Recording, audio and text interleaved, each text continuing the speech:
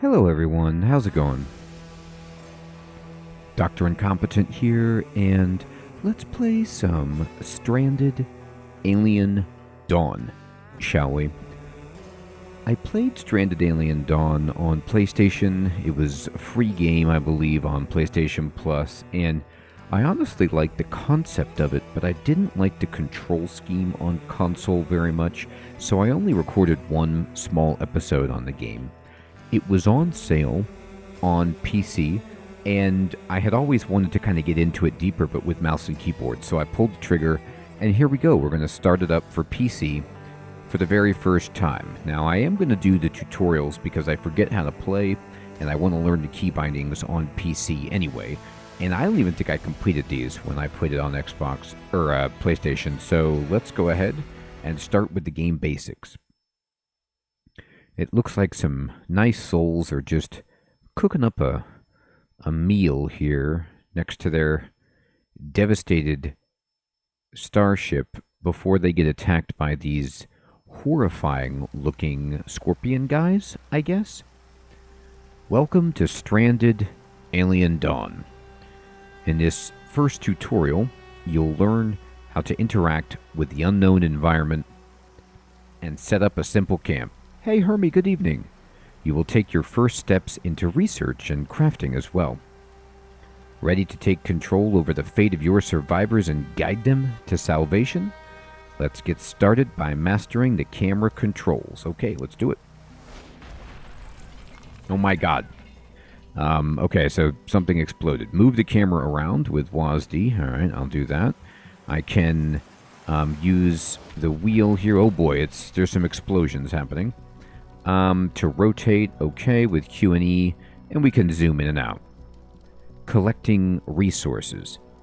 You can interact with objects in the world by selecting them and using the actions on the right of their info panel. You can also use right mouse button over an object. This will open a menu with all currently available actions for it. After you use an action, a survivor will pick up the activity and do it. Use the described methods to collect some resources. Okay. I mean, I could try that, sure.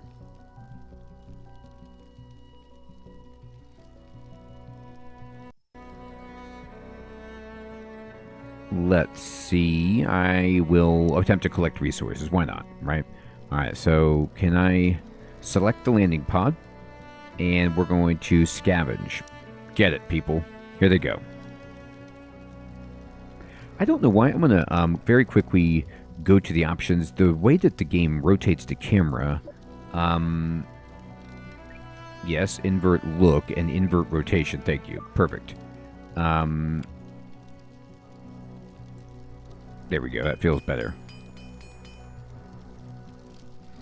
Alright, this guy, Connor, is scavenging away. Man, Hermie, I tried everything. Yeah, I'm sorry. I might have to get a new ISP. I don't know what the deal is.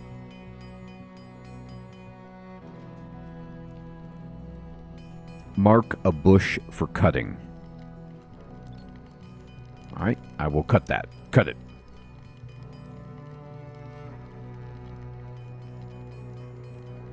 And mark a tree for cutting. Okay, well, let's cut this one.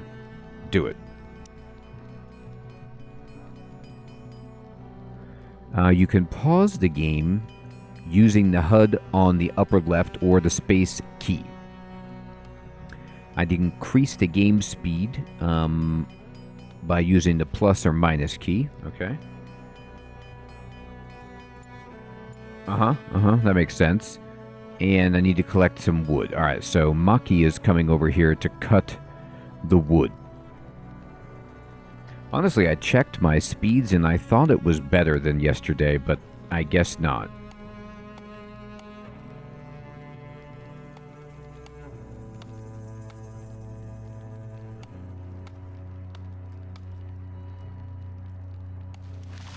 Alright, she's done. We're done.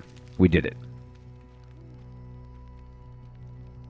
Okay, and let's see. So I can speed up the game they want me to. Fine.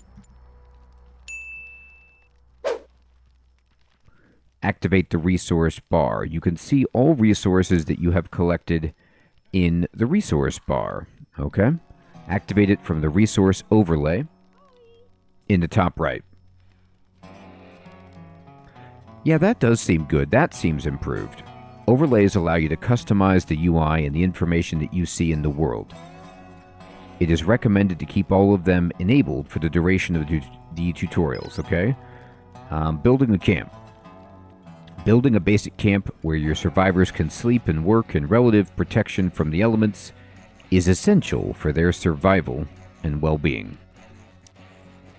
Use the already collected resources to construct a shelter. Hey, McCheesy, what's up, my friend? I mean, it seems like it, right? I'm fine with Kenshi in space. Some simple sleeping spots and a campfire, which will provide light during the dark hours and heat to warm up the survivors if it gets cold. Take note of this, the construction info panel on the left of the screen. It contains useful control hints. Okay. I will take note. Hey, Volk. Good afternoon, my friend. Open the camp menu and select shelter. I'm going to pause it just to read this. Place a scrap metal shelter. There are useful control hints in the construction panel on the left of the screen. All right. So first of all, I'm just going to kind of zoom in here and check out my peeps. And I actually don't want the look to be inverted. I lied about that. Just the rotation, I think. That's a great question. They haven't explained it yet, but I think if I start the main game, exactly, McCheesy. I think if I start the main game, it'll tell me that. I'm just working through the basic tutorials, but it looks like our spaceship crashed, yes. And let's see here. So I'm going to select the camp menu and select shelter, and we're going to place it. Scrap metal. Okay, cool. So I can put it wherever I need it. And I don't know. I guess right here. If I'm going to be salvaging this ship, let's put it as close to that as we can. Good. And I'll just complete the construction. So they're flying along doing this. Let me see this person working. Oh, they got it. Rock has got it. All right, setting up camp. Open the camp menu and select sleeping spots inside the shelter, okay? You can place an object multiple times by holding the shift key. Place a campfire near the sleeping spots and construct 3. Okay, sure. Place under a roof. Okay. Oh, wait. Oh, is this my roof here? Yes. Maybe I have to wait for them to build it? Let's see. Let me rotate this. There you go. 1. I did a bad job of holding shift. Okay, perfect. I'm going to just be honest with all of you. It's so much better using mouse and keyboard on this than the controller for me, so I'm already invested. Alright, so we've got sleeping spots for everybody, and we need a campfire. So we'll just build one nearby. This way they could catch on fire and die at least toasty. So let's see them work. Always my favorite part is to just watch people do that manual labor there. And they've been deconstructing the escape pod or whatever this is here, the landing pod, and doing good work with it. Look at all the debris that they got out of it. Not bad. She's like, look, I got some logs, and then maybe she's going to use this for the fire. Looks like she is. We've got some really nice sleeping spots and a beautiful shelter. Done. Storing resources. Keeping your resources close to the camp will speed up future constructions and productions. The simplest form of storage is a stockpile. which is a designated spot on the ground and does not require any building resources, okay? Stockpiles are the only ones that can store large construction materials such as wood or stone, but for now, you'll use them for all of your possessions, big or small, okay? To protect the resources from the environment, place the stockpile under a roof, in this case, shelter. I mean, McCheesy, exactly, right? If I'm going to go out, might as well be toasty. All right, so build a shelter close to the first one. All right.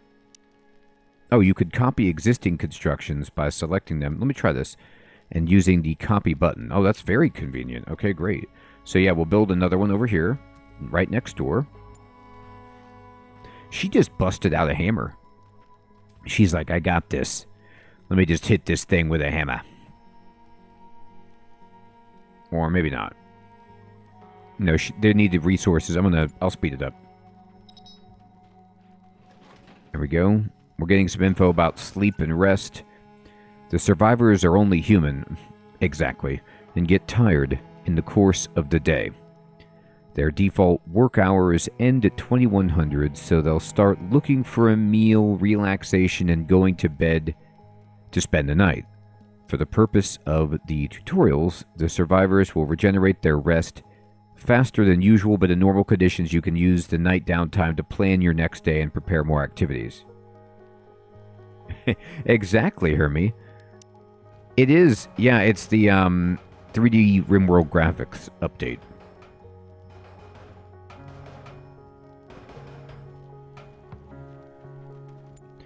Alright, so we're going to build storage and we'll just make a stockpile.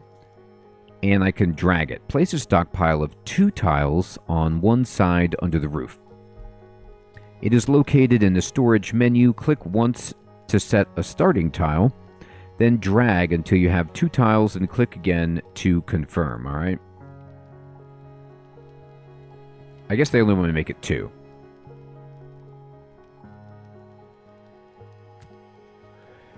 And then place a stockpile of 2 on the opposite side of the roof. Okay. And observe how the survivors move the resources on the piles. Alright, so they're building the stockpile. They finished it. And here they go. They're going to start putting stuff in. So, I don't know what the purpose of having it, like, split up like that is. I guess it's so they can access it by walking in the middle. Research and observations.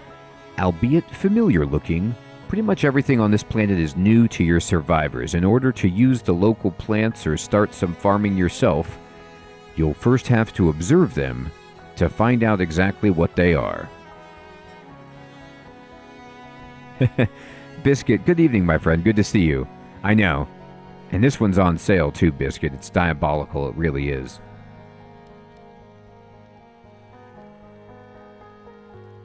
Alright, we gotta observe it to see if it's good. Another way of unlocking new things is through good old-fashioned research carried out on a research desk. Start preparing for the unknown threats of this planet by gaining more knowledge about it. Okay. So, we need to select the orange mushrooms, which are over here. And I'm just going to select the observe action. Go check it out. Then we need to build a research desk close to the shelters. It's located in the science menu. Okay, sure. I guess I can make it out of either. I'll make it out of wood. Because the integrity is higher. We'll just put it over here, just outside, so you can be exposed to the elements and have that happening. How much wood do I have? Oh, I have plenty. You know, speaking to Hermie's point about this being, you know, basically an update graphically to RimWorld, it's really got a lot of quality of life stuff built in. It's pretty nice. Like, I like how you zoom into stockpile and it just shows you the quantities and the types of the different things, and how the people just intelligently put the different types of resources into different areas like that. It's pretty slick. Maki was relaxing. She's getting something to eat. The other 2 guys are just passed out, sleeping. So let's just kind of speed up the game a bit. And let's see what they're going to do now. They're all eating. I don't have a good eating area. They're just standing there eating. That is a good fact, Hermie. Maybe they need to observe them more to figure that out. The observe animation is sweet. The guy's like standing there like just looking around like, yep, orange mushrooms, all right. Well, I don't know if I can eat him. I'm going to give him to Connor and see if he likes him. Connor has died. Oh, open the manage research menu and queue weaponsmithing. Oh, okay, we're done. So, yep, let's go ahead and do some research on weaponsmithing. Here it is. Survival 101. Make a weapon. Bows, crossbows, and spears come to mind. Workbenches have all the necessary tools. Do it. Alright. Remember that you can increase the game speed to pass time faster. Sure. So I will. I'm going to crank it. This is max game speed. They're observing the mushrooms and they are researching. FS, good evening, my friend. Good to see you. Yes, more resources. Good point. I don't know if there is anything else to salvage here from the pod, but I should probably mark some more trees, you know, for cutting. And maybe one for observing. I don't know. I'm just queuing up a lot of activity here. Get some lumber. She did it. She's checking out the tree. We're doing a lot of observation here. The research is done. So then, Connor has nothing to do. So let's give him just a bunch of junk to do. I want to give people like a bigger order, but they're not. They're kind of gating the progress in the tutorial. So I'm just going to click cut and then go over here and just, you know, click cut and there you go. You have to kind of do them one by one, but we'll be able to have a dragging order system soon enough. He's about done with these mushrooms. All right, great. It's time to get some crafting going and create new items, build a workbench, and get familiar with adding and managing production tasks. Note that some tasks may fail if done by survivors with low skill levels. You can set multiple tasks on the same device and order them by priority. You can also set production limits and tweak the allowed ingredients when applicable. In this tutorial, for example, you'll use cloth to craft a short bow instead of wasting precious synthetic textiles for the job. Okay, good idea. So, discovery glitter cap.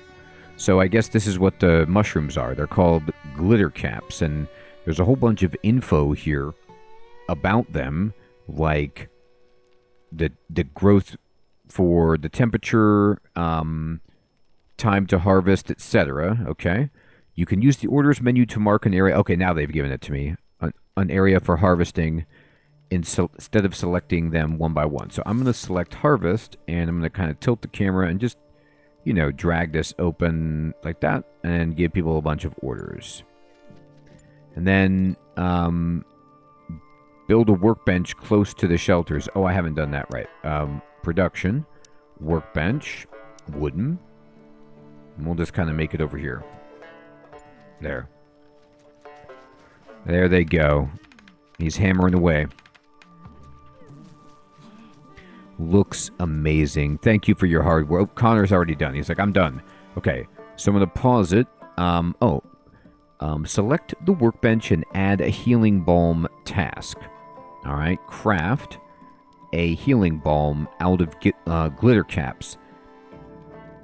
So we need to extract antiseptic paste from glitter caps to get this nice healing balm, sure. And I'm going to say until 10. Love it. Okay, so they're going to keep making that until we have 10. That's great.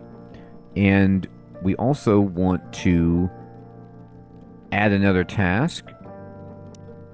So this task is here. I know, isn't it awesome, Hermie? You know, something I like about it is, even though we're in space or whatever, you know, on an alien planet, the research desk that we make is just this, like, you know, old school bureaucratic desk with drawers that's just out there with, you know, some random blueprints strewn about with a pencil jar. I mean, yeah, sure, you would need that, but it is pretty funny. Craft weapons and a short bow. Now, we're going to not use synthetic textiles. So we're going to forbid synthetic textiles. Then we're going to go to the info panel, and they want us to actually bump up the short bow on the list. Well done. Good job on completing the first tutorial. You now know how to set up a camp, carry out research, and craft new items. All of this, however, is just the beginning.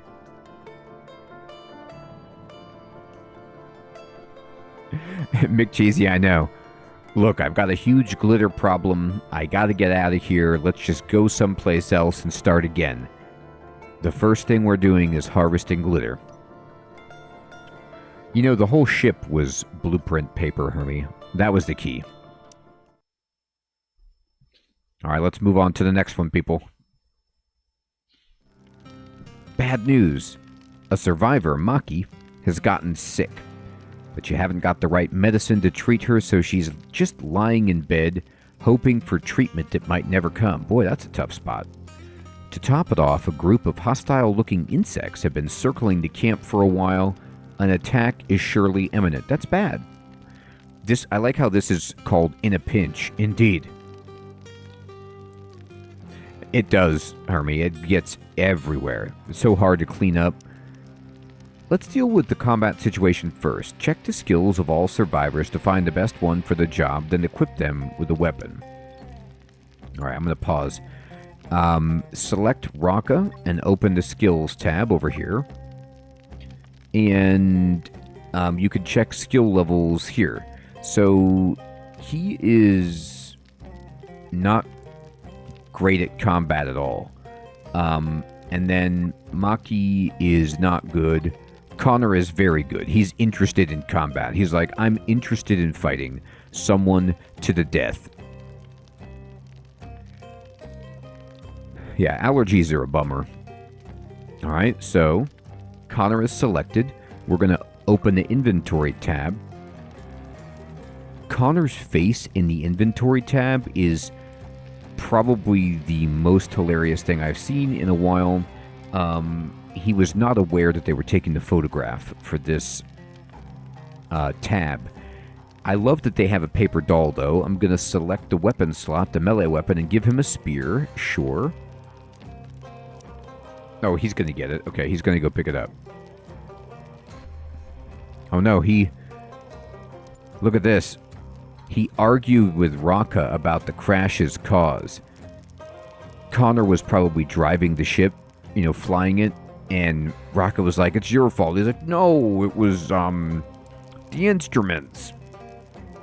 And we're going to... He's going to pick it up. He's got a spear. Great. Drafting and combat. Now that Connor is combat ready, it's up to you to lead him into battle. You will do this by taking direct control over him through the draft action, which allows you to tell him where to go and what to attack. Oh, he's getting drafted. He was so good at Terminex. Didn't leave a bug alive. Keep in mind that survivors that are not drafted will flee from danger even if they're equipped with weapons. Drafted survivors, on the other hand, won't do anything unless you instruct them to. Most common actions are not available while drafted. Okay, so there's 10 aggressive animals over here, and I'm going to just go to them and see where they are. Oh, here they are. Look at these nasty-looking beetles. So we're going to select Connor, and we're going to say, okay, Connor, I need to draft you. Hey, Thomas, good evening. Good to see you. And then we're going to order him to move. I don't know, over here, I guess. And... oh, they want him to go over here. Place the cursor over an insect and then right-click to attack. Okay. He's doing it. We need to kill 10 insects. Okay, he's coming. Oh, he's got to go a bit of a ways, but let's follow him.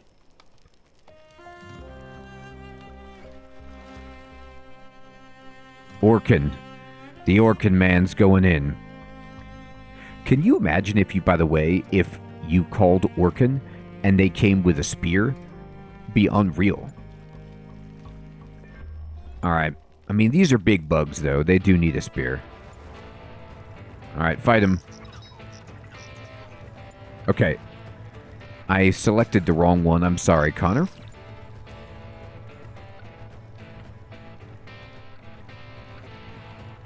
Alright, did you kill anything yet, Connor? He's fighting him.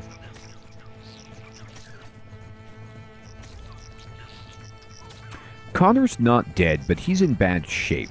This is a lot of stuff for him to just beat by himself with a terrible spear, but he's doing okay. He's just staying right on it. I'm really impressed. Good job, Connor. He is surrounded by Zerglings. He did it. Now, they did about 20% of his health. With the danger out of the way, it's time to turn your attention to healing the sick and injured.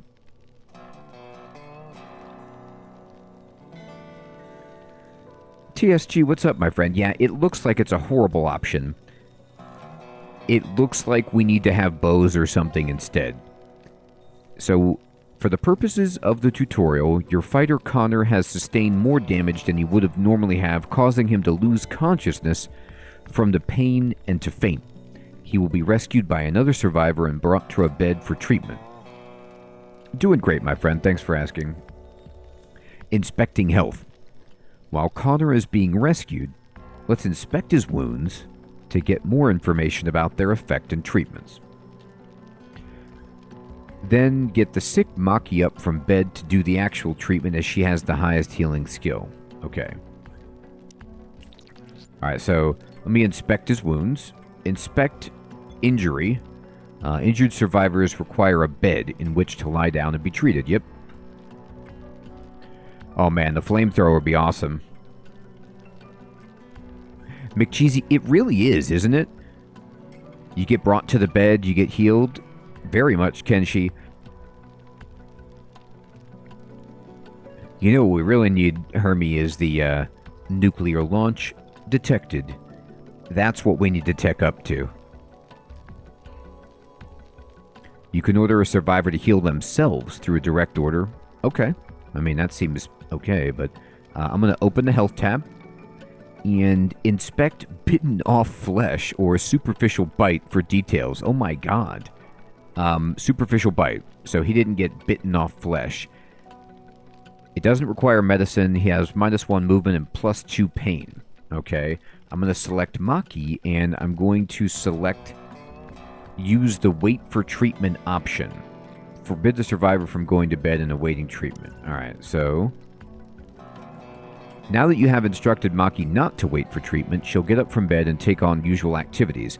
While she's getting the needed medicines and treating the injured Connor, let's try to find a way to heal her too.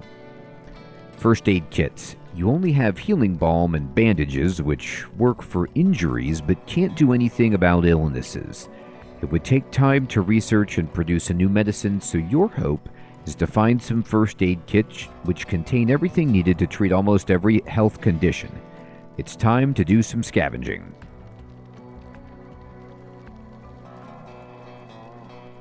Hey Sid, good evening.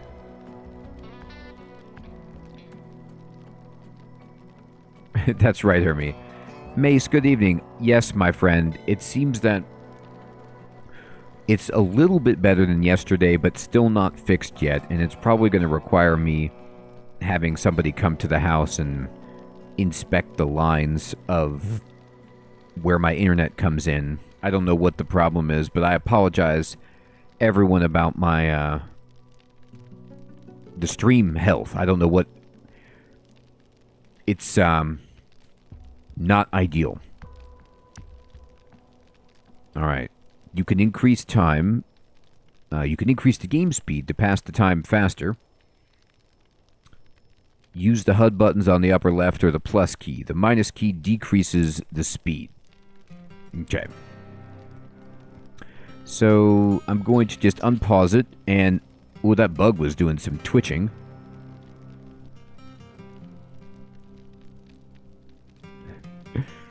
Severe health problems.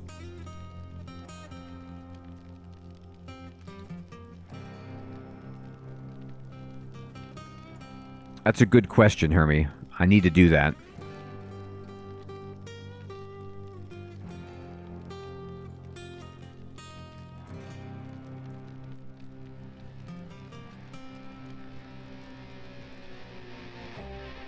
Mark the landing pod for scavenging. Do it. Acquire first aid kits. Go get them. I like the universal stars swirling around the head to indicate unconsciousness. Yep, that's just what it's like. I'm gonna speed it up. Maki's gonna walk a little bit faster. I mean, she's just got this man over her shoulder. She is absolute diesel. Yeah, Hermie, it's really awesome. She's also sick, and she's like, I'm going to take care of this. No problem.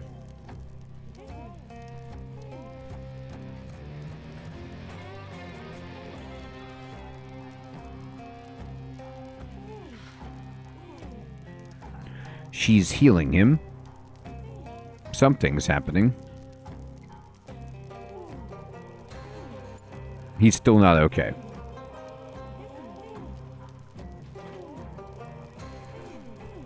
That's a lot of treatment.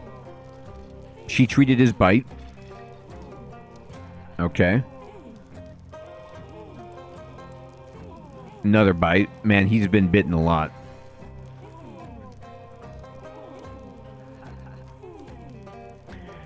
Yeah, that's true, Hermie. She gets it going. When the pressure's on, select Maki and use the wait for treatment action. Okay, we're going to go wait for treatment. And she's down. She's like, I'm out. Raka's just standing there because he has no job to do. Just like showing off his nice jacket. If Connor is still recovering, you can select him. Hover the cursor over Maki and give a direct order to heal her by pressing right click and saying heal. Oh, he's already doing it. Okay. He's on it. He's like, I got it. Great. Ranged weapons. Now that everyone's healed, let's take a look at an interesting find from the scavenging. A couple of laser pistols. Wow. Connor's like, now you find the laser pistols? I was just fighting giant beetles with a spear. Hey, Silver, good evening. Good to see you. The spear you fought with previously is a melee weapon, and the fighter is bound to get some injuries as a result of the close combat. A ranged weapon, on the other hand, allows you to keep your survivors at a distance and avoid injuries more easily.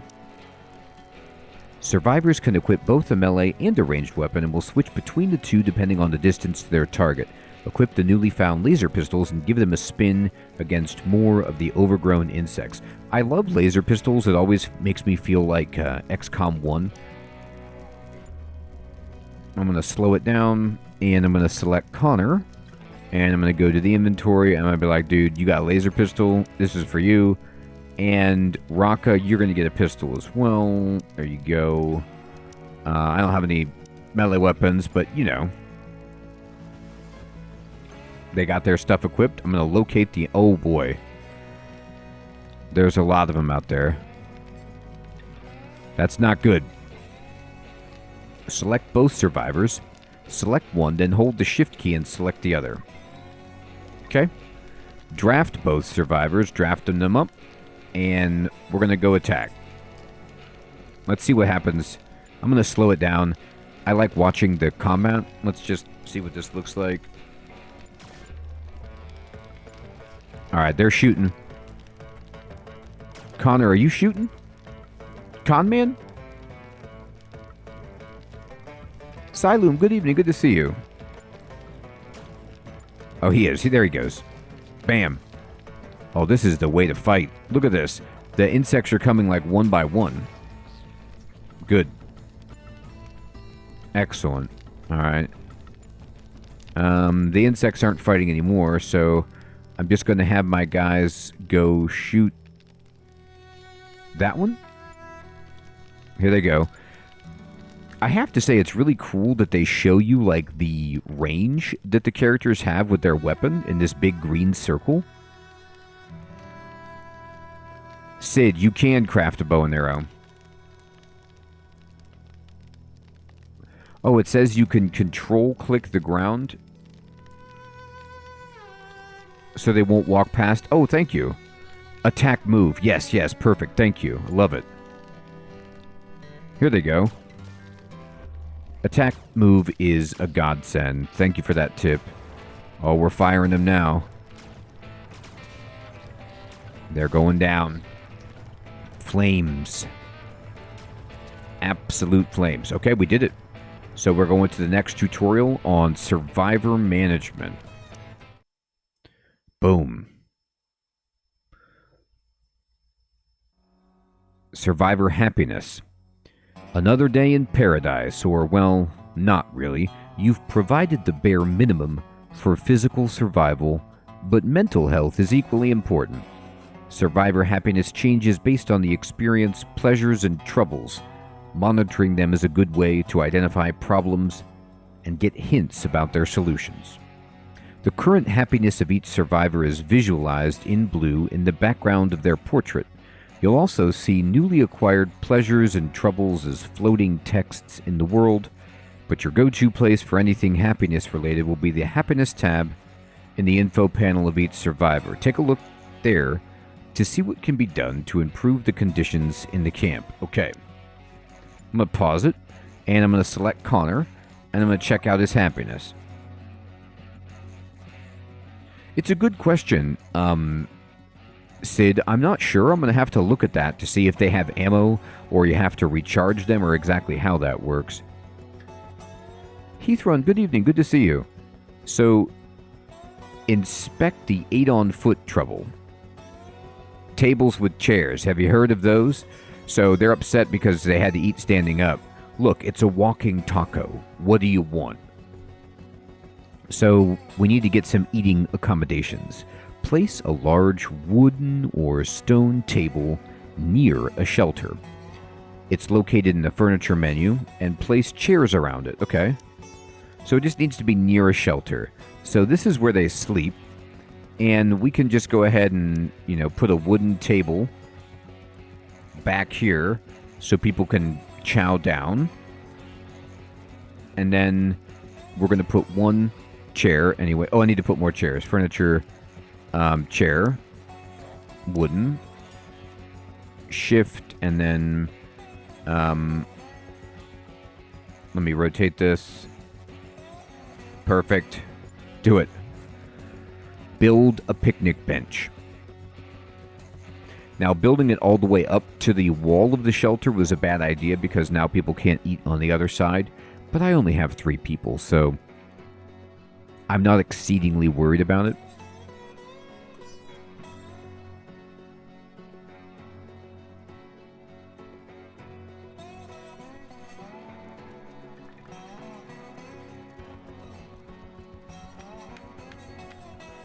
Banging away.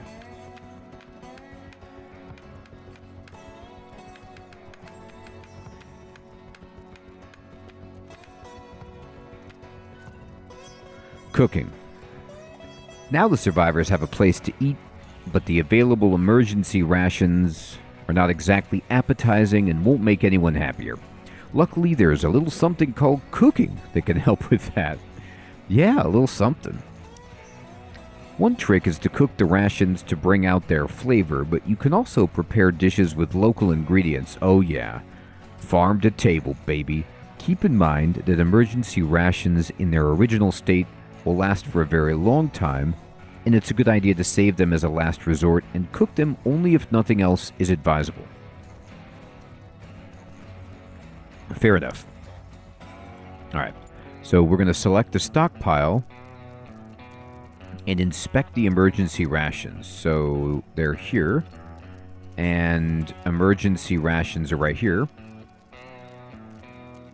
And they don't list any happiness effect. They don't. It just says they're vegetarian. There's one meal. They have a good shelf life, 24 days. Well, Hermie, we're going to do a on-the-spot allergy test. And if anybody dies, then that's a positive for an allergy. Select the campfire and add a cooked emergency ration for production. So we're going to cook one. And it gives you +6 happiness. That's cool. Yeah, so they like it if you cook it. Great. Mark the dead overgrown insects near the landing pod for butchering. You can use the orders menu to mark an area with multiple corpses. So we're going to go orders and we're going to go butcher. And yeah, butcher them. God, this is going to be delicious. Let's watch Raka work on these overgrown insects. Do your best, buddy. Oh, Maki's on it. Collect at least 10. Oh, we'll collect 10. Select a campfire and add meat soup for production. Oh, this is going to be delicious. Quick recipes. Meat soup. So yummy. And we're going to do until we have 2. Go back to the main info panel and move the soup task to the top of the production list. Okay. Excellent. Allowed foods. Your survivors will eventually want to have some food variety, so they'll look for different things to eat, including raw foods. Some of those raw foods could be harmful, so if you want to be on the safe side, you can forbid their consumption. Good idea. Hermie, wouldn't that be funny? Like, they all thought that they were in, like, cryogenic sleep or whatever. And they're like, oh my god, it's an alien world with big bugs. What a crazy planet. Nope. It's the Outback. Select the survivor and open the restrictions tab. And we're going to say forbid raw food. No. Ensuring a steady supply of cooked food is of the essence, so relying solely on scavenged rations and occasional hunting is not recommended for the long run. The survivors have already observed the local glitter caps and gained enough knowledge to farm them. Their harvest is particularly useful because it can be turned into healing balm or quick veggie soup. Delicious. It's like it's healing my esophagus as it goes down. Let's place a farm. A survivor will plant it immediately. Okay, good idea. All right, I'm going to just pause it. Now, I'm going to copy the restrictions and then select Maki and like paste it, and Raka and as well and paste it. This game has been out for a while, right? It's an older game. There's even a DLC for it. I have to say that the design at this point, like the quality of life features and the ease and the transparency of the menus, is really nice. So we're going to go ahead and do farming and do food crops, and we're going to place a 5x5 caps field. Sure. Put it right over here. When placing farms, you'll see a color-coded grid showing how the chosen plant will fare in the underlying soil. For the glitter caps, choose a place with loam soil close to the camp.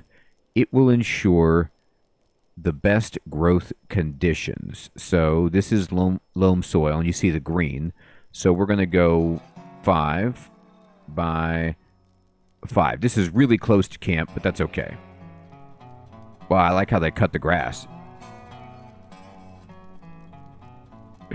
Sid, that seems like a smart idea. Let's get one in.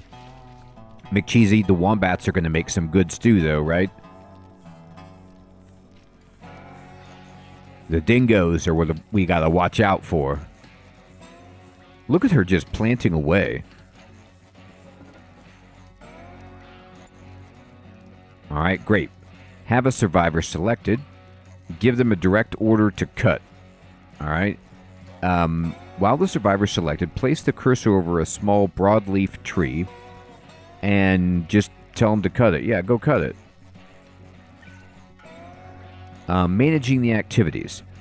Direct orders are a useful way to get something done faster, but the survivors could do this even without your direct control. Enter the activities menu. I love that whoever wrote the tutorial for this, like they just drop in these exclamation points, like they really try to make it exciting. It's fun. There, you can forbid and allow certain activities for each survivor and optimize their workflow. Great.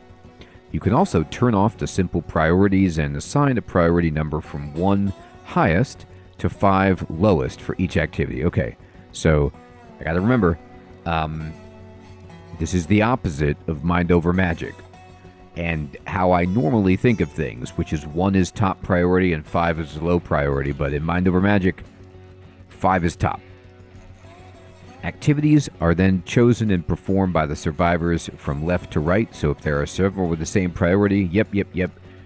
This is the Dwarf Fortress or Rimworld priority tree. We know this. All right, open the activities menu. It's located in the manage. Here it is.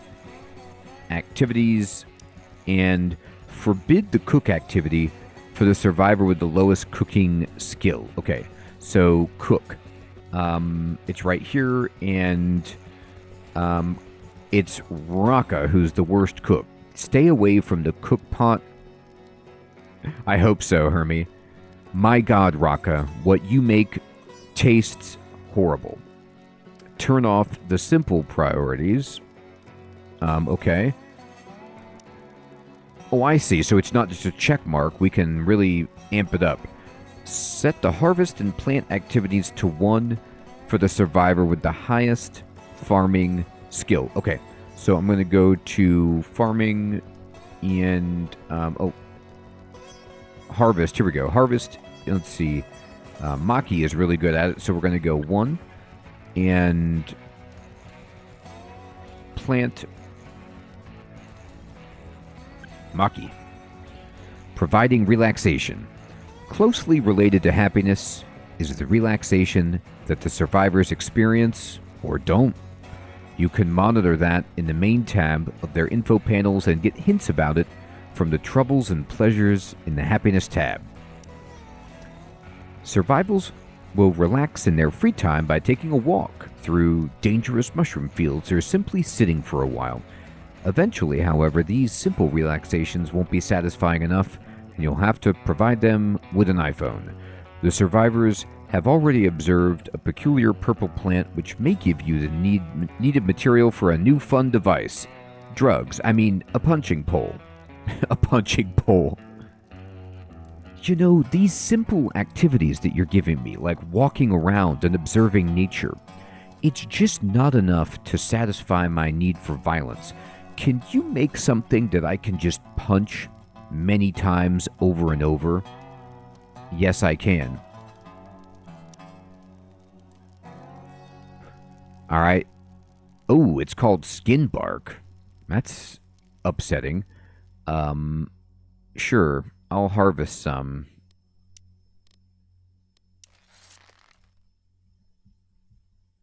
It does. You won't know where those hours went, but look at this. I'm telling you, the quality of life. So when I'm dragging this box, you'll notice how it just tells you the quantity that you're getting when you drag it. It's so nice. So 40, 30, I only need 20, so let's do it. Let's get 20. Ooh, Maki is just absolutely flying to this job. Let me slow it down and watch Maki at work with this knife. Oh, yeah. Yeah, she knows what she's doing.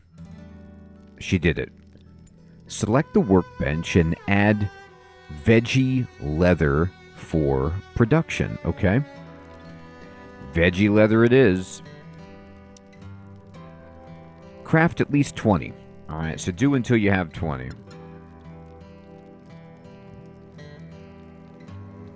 They could craft 10 at a time, so you could set its production times 2. Oh, okay. Never mind. Fine, times 2.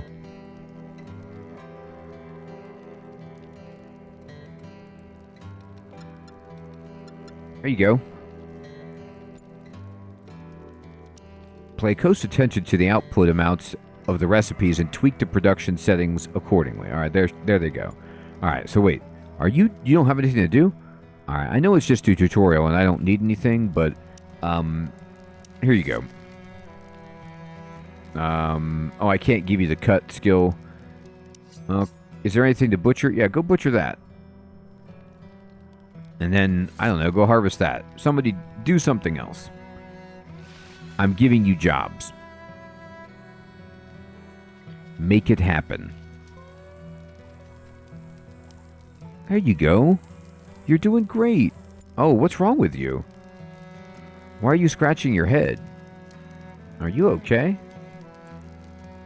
The happiness is low. Very low.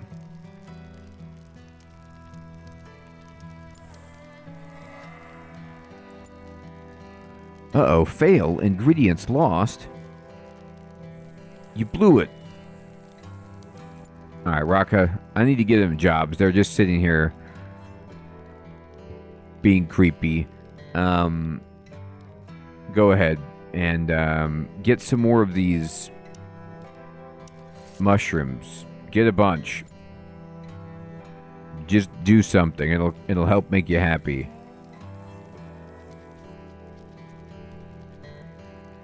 He must... Yeah, he is. He's trampling everything. Raka.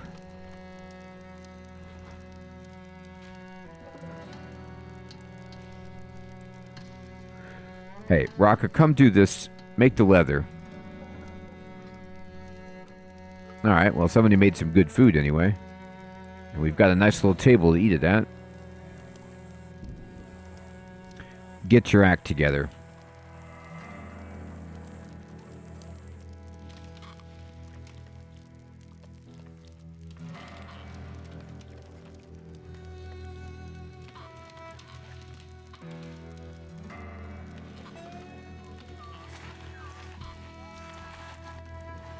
Everybody's sleeping. Alright. Nobody was able to complete this task because people keep messing it up. You're supposed to make the veggie leather. You're embarrassing yourself. Alright, there we did it. Build a punching pole close to the shelters. Let's see them enjoy this. Wouldn't you like to just punch this thing? Now you get the chance.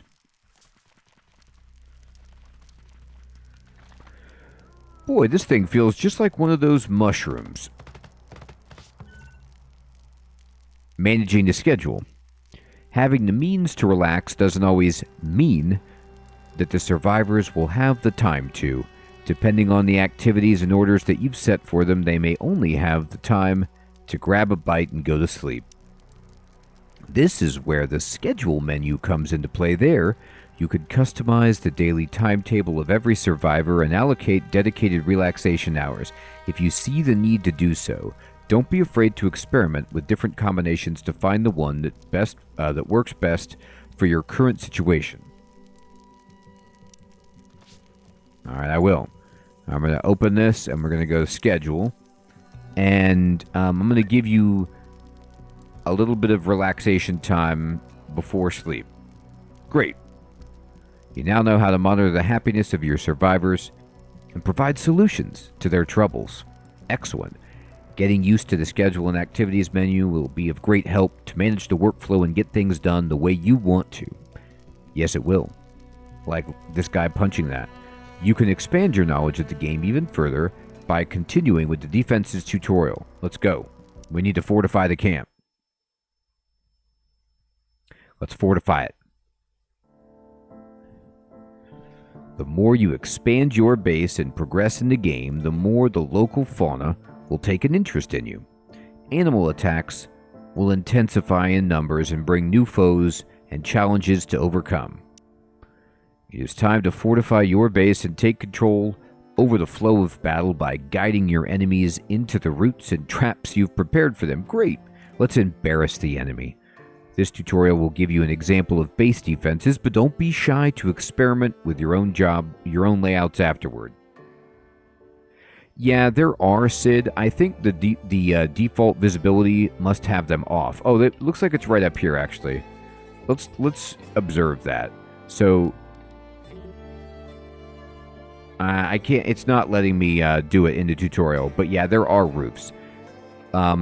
So place the last stretch of 5 stone fence tiles to complete the enclosure. All right, stone, and we're going to put them here, I guess.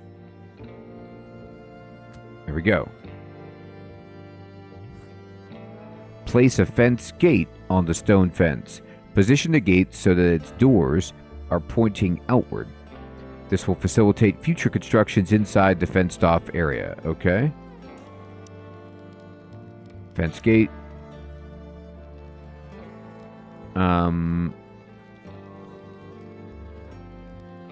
Poles seems sweet. And we want the doors are pointing outward.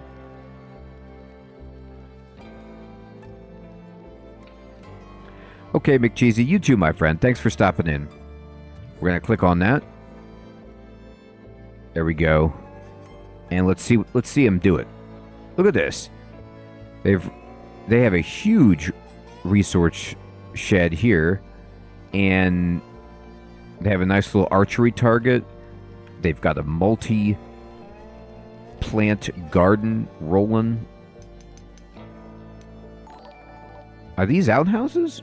No, these are like heaters or something. Hey, Fading. Good evening. Thank you so much for the 25 months. Jeffrey Bezos is good to us. You've completely fenced off your camp, and any attackers will head towards the only openings left, the gates. You can order survivors to close and open them in order to influence the path that attackers will take, but keep in mind that if there are no entrances available, the animals will target and attack walls and gates, trying to make their way in. Here comes your next best friend, the trap, which will hold in place any foe that walks over it for a time. One of the gates leading to your base is already protected by traps. Do the same for the other. Additionally, you can place fence doors, which survivors will use and keep closed. Yeah, Hermie, I'm with you. I think they really want to show off what you could do with the traps and stuff. Place at least one fence door on the stone fence. Okay.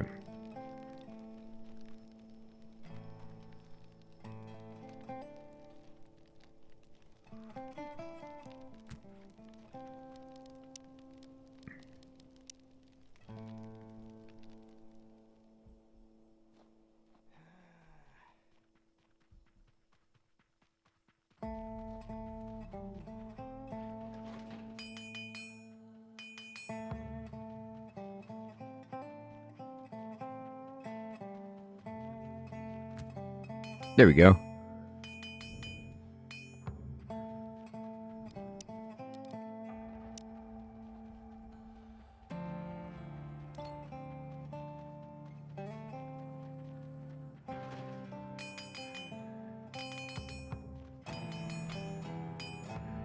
I don't know if I did that correctly, but we'll see if they do it.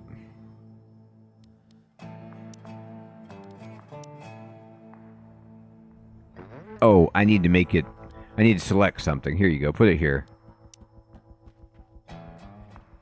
There you go. Fence door. He's going to make it. Fence, height, and towers. You probably noticed that part of the fence is taller. This is a fortification, which is a lot stronger than a simple low fence, but the survivors won't be able to shoot over it. To rectify that, you could place towers on which survivors can climb to shoot from over taller walls. Okay, great. So, let's select the wooden fortification to check its integrity, 300. And do the same for a stone fence. 60. Wow, yeah, you can see how much stronger it is. Build a wooden tower along the wooden fortifications. Okay, wooden tower. There you go.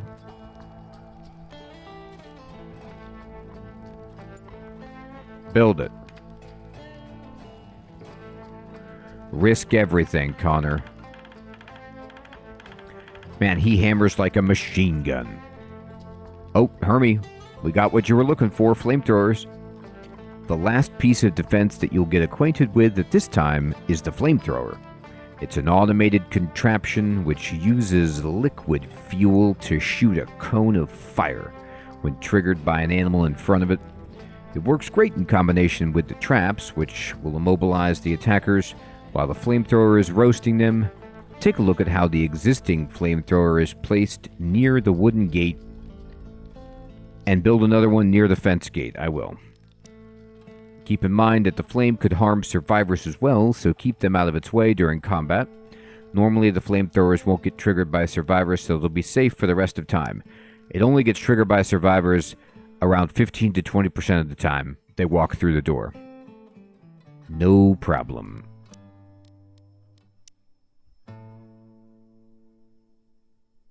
Alright, I wonder if you can actually place, like, in the middle section.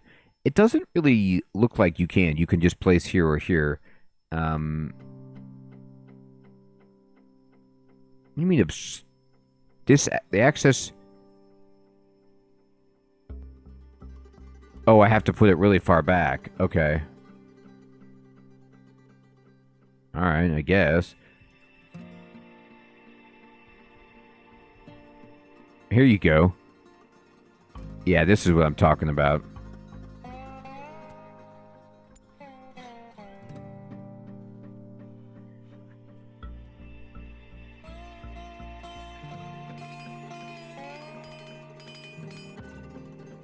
Defenses in action. It's time to test your defenses. Follow the next steps to fight off the incoming Scarabe attack. Move and reposition your survivors as needed in the course of the battle and try to keep them safe from harm. You know that I will. Alright. Close the big wooden gate. Let's do it. Select the gate and select close. When you do this, it's not instantaneous. Somebody has to come over there. Select this to locate them. There they are. I see them. That's scary. Go close it, somebody. They did. Oh, Connor, you got to get inside, dude. You can order someone to climb the wooden tower. Here, you do that. Let me select everybody and draft them. And then Connor, you climb up here because you need to get inside. He made it. And position the rest along the stone fence. Correct. So, Maki, I want you to be here. And Raka, you can be over here.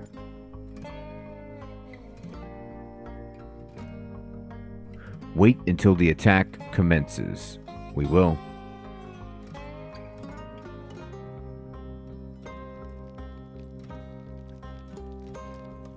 Are they coming for me?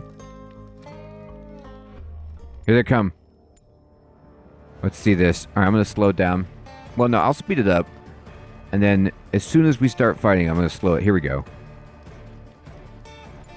Alright. So, Connor, you could see, is just taking shots from his position. He's just actually so good at shooting that they don't have much time at all to do anything.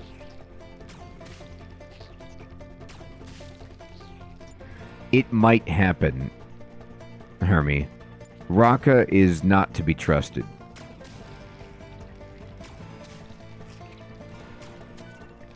Look at that. Ranged attackers. Good job. You're ready for a tougher challenge. The Shriekers. These insects have a ranged attack, so you won't be able to deploy the same strategy as with these Scarabaei, at least not unless you're willing to risk some serious injuries. To deal with the new menace, keep your survivors away from the low fence and force the insects to enter your base and get trapped. Then rain fire on them to finish them off. If you don't feel like waiting for them to get trapped, you can also deploy a hit-and-run strategy by moving your survivors back and forth to attack and then run to safety before the insects get a chance to launch a counterattack. No, let's just wait.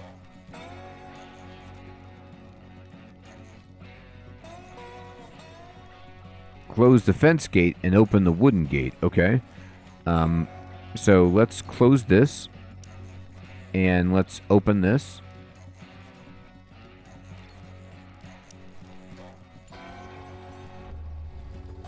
Oh, wait. I think all my people are drafted. I'm going to have them open the gates. Okay, good. Alright, so the bad guys are... I'll wait till they're arriving, but I'm going to draft everybody. Now, we can't have them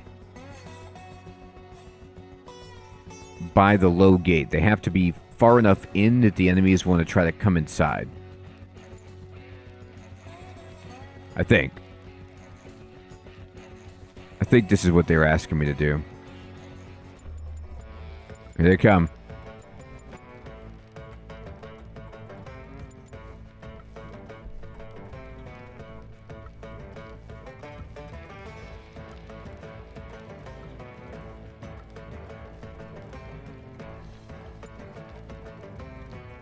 All right.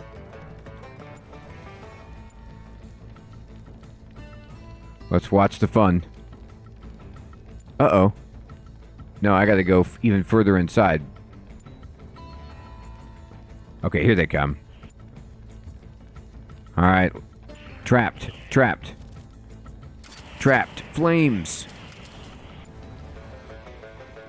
Yes.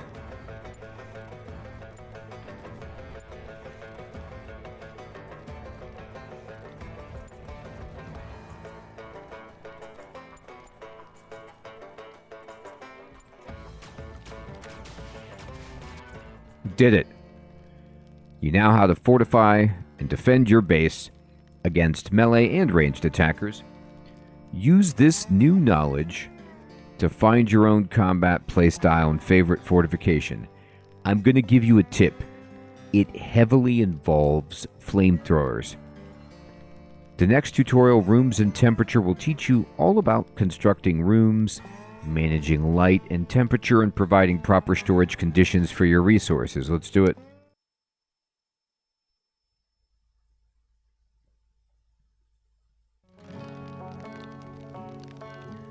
Life in the camp is not easy nor comfortable, especially with the changing of seasons. Building a proper house has many advantages, but it's a slow process which requires a lot of resources. Luckily, you have everything you need in this tutorial, and construction times have been drastically reduced. Great. There are several things to consider when building rooms, the most important of which are insulation and size. Build it too big or too small or too flimsy, and regulating the temperature inside will be tricky. This tutorial will give you some useful examples and pointers. You could start by building a room and moving some furniture inside it. You can also deconstruct things that you don't need anymore, okay? Room construction. Use the provided foundations to build upon. Place the door and window of your first room on the 3 walls away from the soil floor. You'll build another room there later, okay?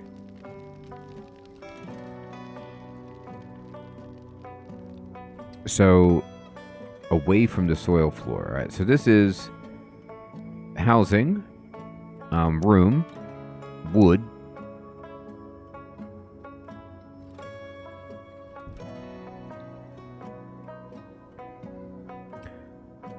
So place 5 by 5 wood log room over the log floor, okay?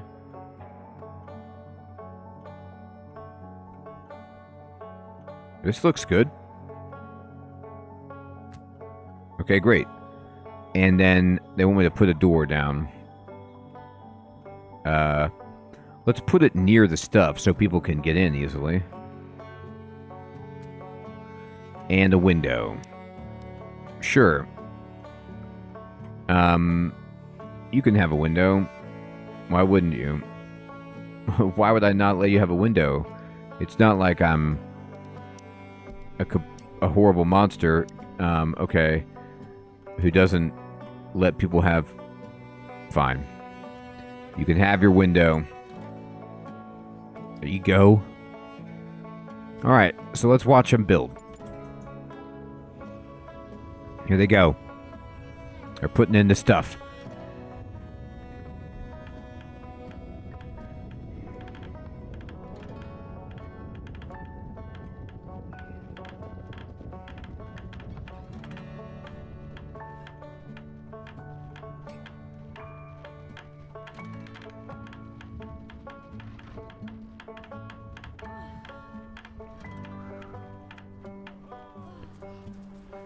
Alright, they did it.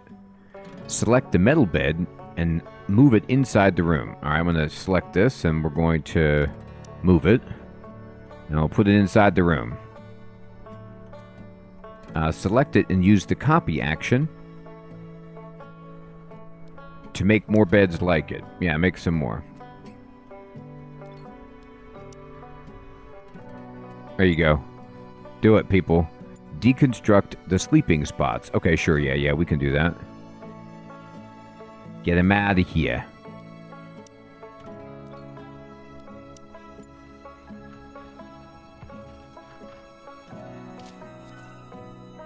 Temperature. Your survivors will be happier to have their own private rooms, but for now, this shared bedroom will be enough. Let's see how it will fare during a cold snap. Make a point to check the temperature outside and inside the room. You can see the readings in the upper left corner of the screen. Okay? Move the cursor in and out of the room to see how the temperature changes. Of course, a room with open windows won't be that much better than the outside, so you'll have to close them and provide a source of heat. You should also check the temperature tolerances of your survivors. They're listed in the main tab of their info panels, as well as the equipment tab. You could craft season-appropriate clothes that change the heat and cold tolerances of the survivor if the bad weather persists for longer and interferes with their work outdoors. Okay. Select a survivor and open the inventory to check their equipment and tolerances. So anything above -7 or below 41 is fine. Close the window. Okay, right.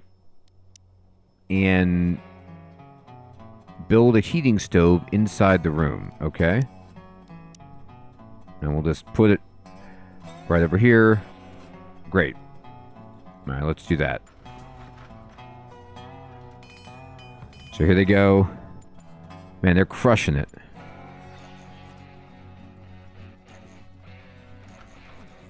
Look at this, Maki. They're putting in the heating stove. You guys are going to love this. Light. Now the room is better insulated and heated, but closed windows mean no light, and your survivors are not big fans of that, as you can see in their happiness tab. Considering that they'll use the bedroom mostly to sleep, you could leave it as is, but as they're currently huddled inside for warmth, let's give them some light as well. You can always extinguish the lights later or forbid refueling if you want to save fuel, okay?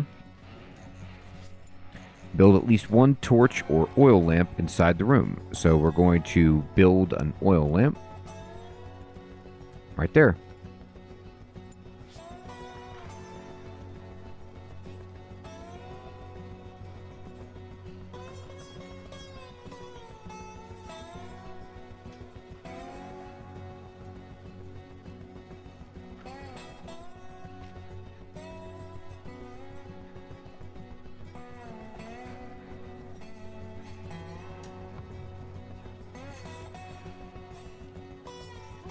All right, it's done, so we're going to select refuel and forbid it. Cold is not all bad. It actually helps you keep your most vulnerable resources, raw and cooked foods, from spoiling by extending their shelf life. During the cold months, you can store your resource outside or open the windows of your storage room in order to refrigerate or even freeze the resources. Take a look at the stockpiles and their contents. Okay. Select a stockpile. Roll over edible resources to check its current status and shelf life. Okay. Grain porridge. Exactly. Common room. Your last big task is to build a 2-story common room and move all remaining furniture inside so that your survivors can work and relax indoors. Well, Hermie, I think we know it's Raka. It's always Raka. It's a good opportunity to try building the floor, wall, ceiling, and rooms separately with different materials. You never know what the environment will offer you, so this method will let you plan and use your resources better. Building the new room adjacent to the existing bedroom will save resources, allow faster access between the rooms, and facilitate temperature control. You can deconstruct pieces of the rooms and move furniture as you go along if something's getting in the way. Finally, you'll construct a new storage and move some resources closer to the rooms for faster access. You can allow and forbid the storing of individual resources and/or groups in each storage in order to manage the flow of resources better. Try to keep storages and production devices close. This will shorten the delivery times. Alright, so let's go ahead and pause it. Encircle the soil floor with the stone walls. Okay, so we're going to go housing, wall, stone, and we will just, you know,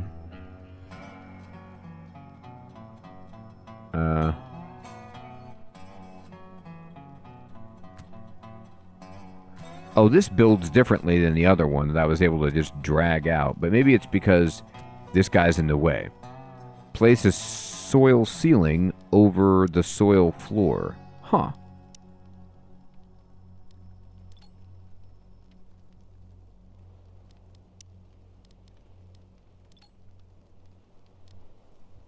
I must be clicking the wrong thing. Ceiling. Hey, here we go.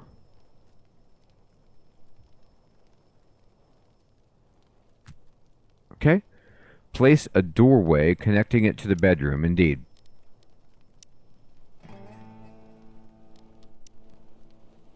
There. Let's do it, people. So it threw me that they said that this was soil because it looked like cement to me. But I guess it's soil. Place stairs connecting both floors. Oh. Go to the next floor. Do it from the overview menu up here. Oh. Well, they didn't ask me to do this.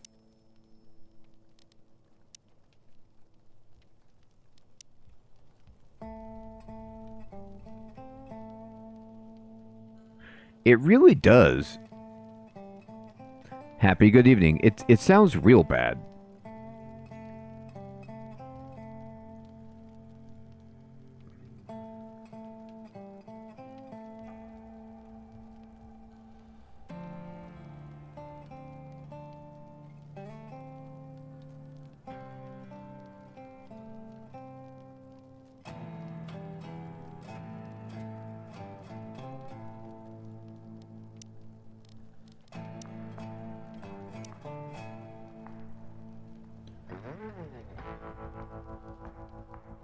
Well, I don't know. They wanted to build another floor for some reason and put steps in. I don't know. I think I skipped too far ahead in this. I don't know why they want me to do this. No, wait. This part might have popped up before it was time. Oh, because they can't... No, wait. I don't get it.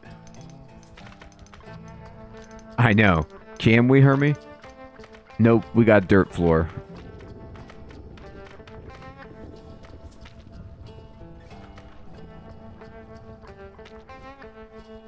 Yeah, I don't feel great about it.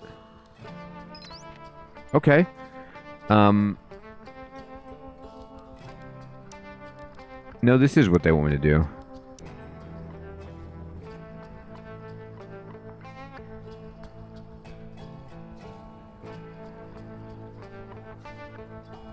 I don't think I need it to be this big,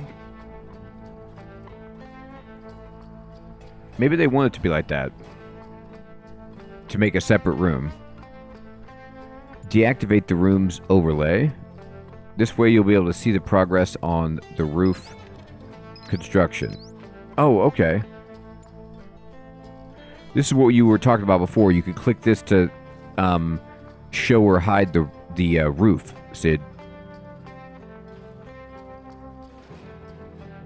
Yeah, we can just jump. No problem.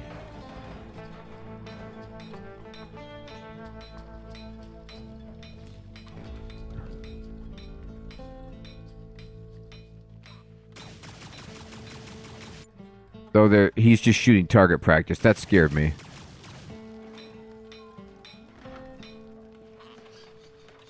I don't know if I did this correct, but this is what we've got.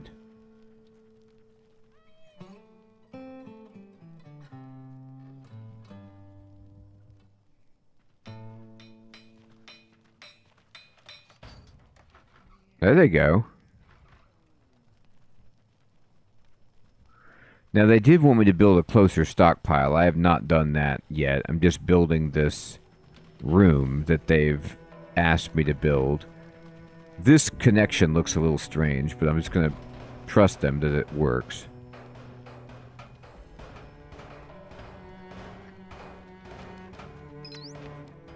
There they go. All right. So, they want us to go down to the first floor, move the research desk inside the new room, okay?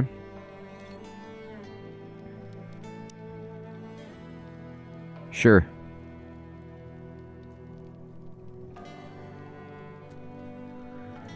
And move the workbench, the tailor bench, the cook stove, the large table, and chairs. Wow, okay.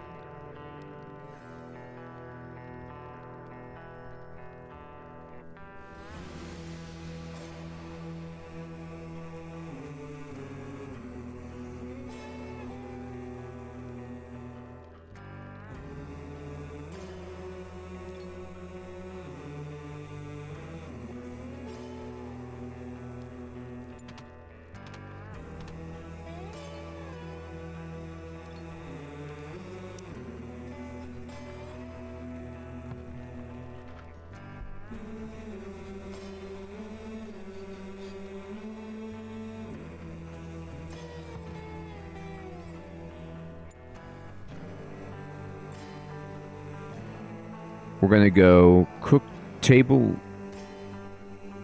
Hey, Mike, what's up, my friend? Thanks for subscribing. So we're going to go stove. And Alex, good evening. Good to see you. We're going to move this over here. And do the workbench, the large table and chairs. We're going to move, I guess, upstairs.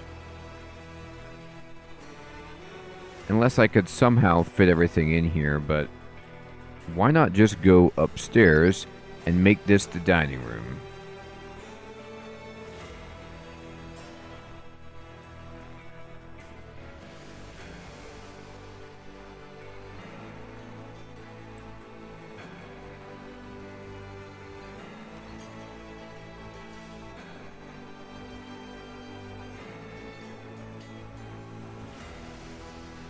Alright.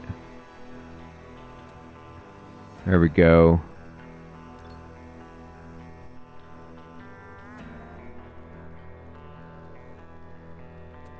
Got it. That's a good question. Let's look. There is. But, you know, I think with some of these games, once you get the space to do so, you want to try to somewhat mitigate the noise that you make while they're trying to sleep. Keep your edibles close to the cooking devices, and eating accommodations will shorten the time. Okay, so we're going to make storage shelves, and we're going to just make, how much wood do I have? I have plenty. Wooden storage shelves right here. Oh, it's not, that's not enough. Storage shelves. Wooden. Uh-oh, I don't know if I can make them big enough. because of the way I place stuff. Well, let's see if I can do it like this. 2, and then...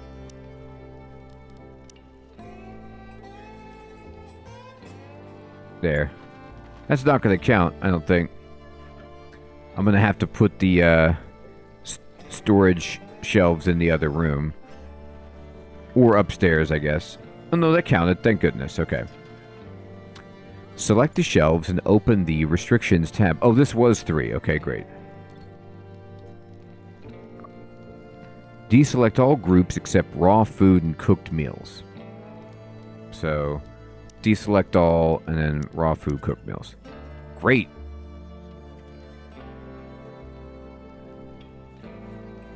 It's a delicious spice rack. It's where we keep the Bisquick and the Swiss Miss. You now know the basics of building rooms, and now we're going to find out about electricity. Cool.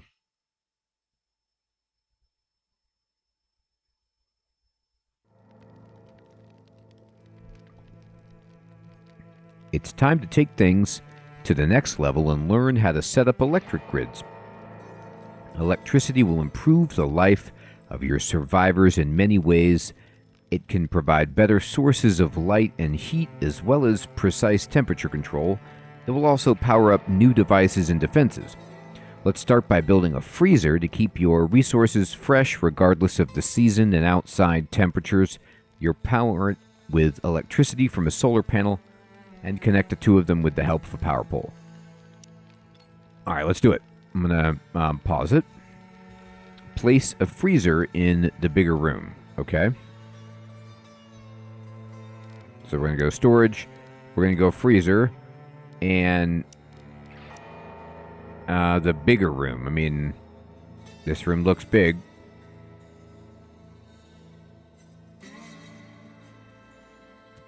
Okay. Place a solar panel in proximity to the rooms.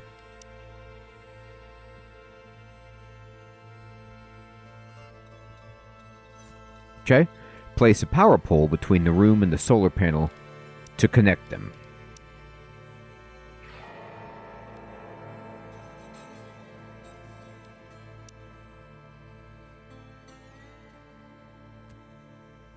All right. It's happening. Let's watch him do it. Look at Raka just eating at this table.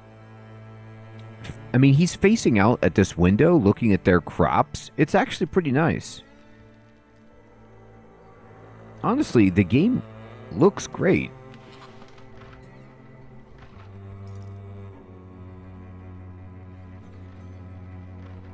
Alright, he's building the pole.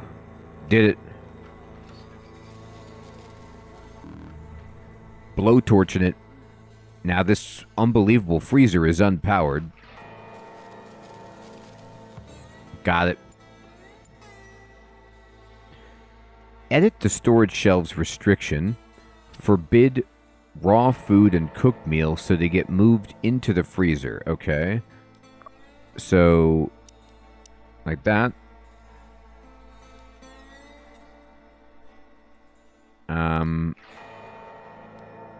Okay. Oh, allow fabrics, leather, electronic components, and crafting materials.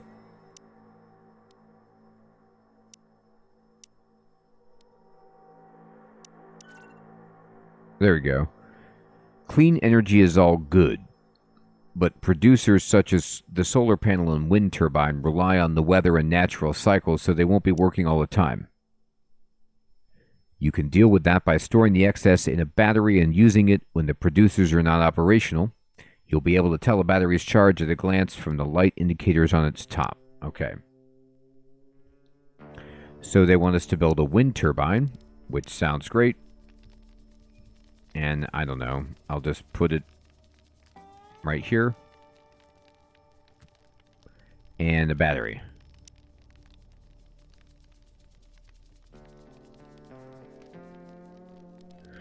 Yeah, exactly. I'm going to rotate it. And, yeah, I'll place the battery here. Let's see how this goes. Make me a fantastic wind turbine.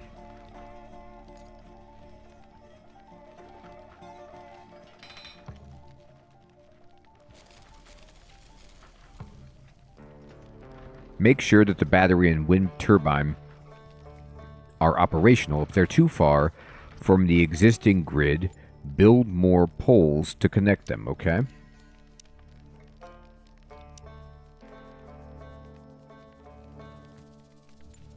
That should do it, actually.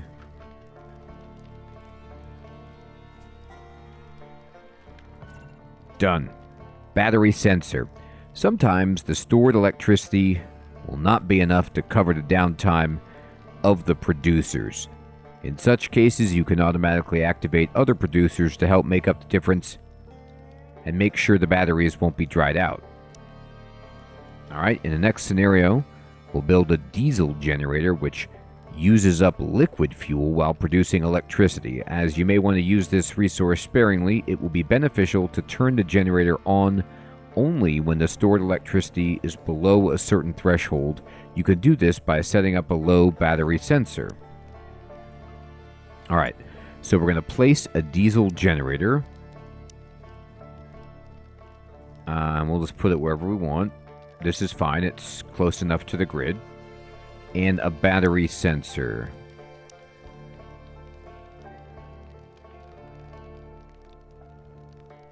Yeah, aren't they, Sid? It's awesome. They're unbelievably fast.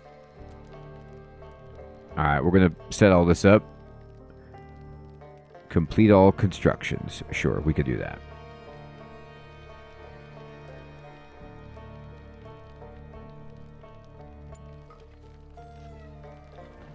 Here they go.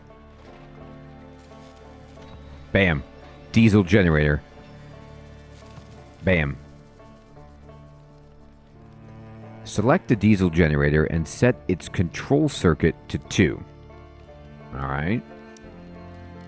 I guess. Select the circuit to control when the device is turned on. 2. Select the battery sensor and select its active circuit to 2. Okay. And set the threshold to 60%. Okay. Great. Air conditioning. With a steady power grid ensured, you can safely start building more consumers. Try the air conditioner as it will allow you to select and maintain a chosen temperature.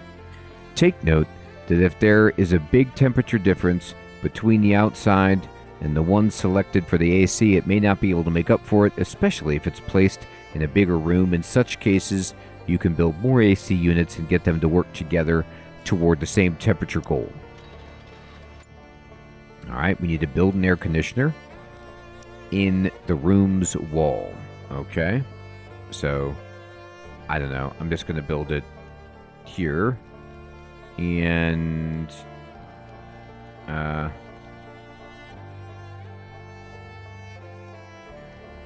wait, which way is the out? Like, is the red arrow the heat blowing out, or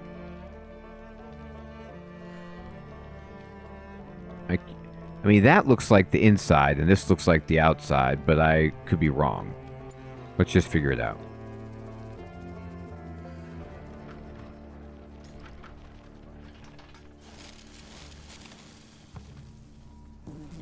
When constructed, set the AC to 18 degrees as the target.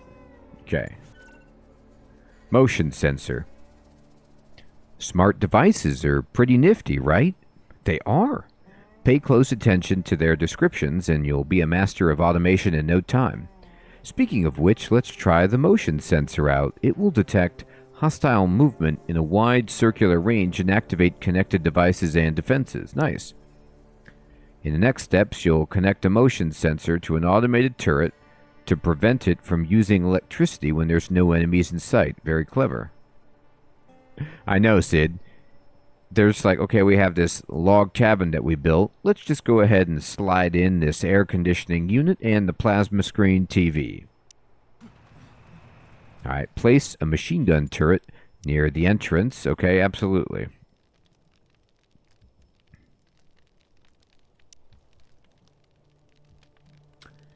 I don't know. Here's my entrance.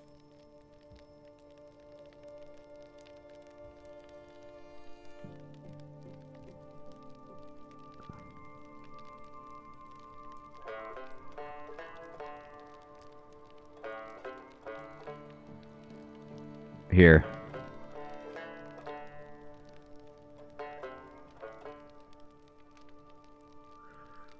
Well, you know what? We could put it right here. I know, Hermie, right?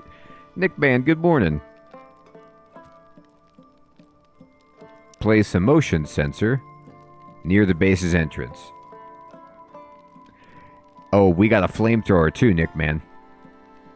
We got a flamethrower and bear traps, everything. Alright, let's get this going.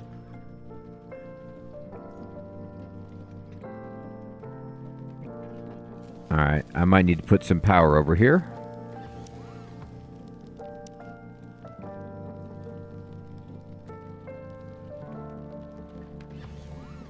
Got it. I think we got it.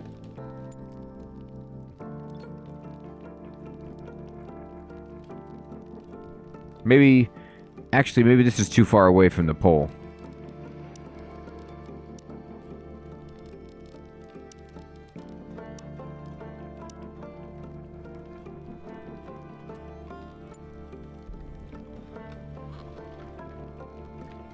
There we go. Select a turret and set its control circuit to 3. So, put the motion sensor on 3. So somebody will come do this when they're not relaxing or sleeping or whatever. The warmest, Nick Man, the warmest.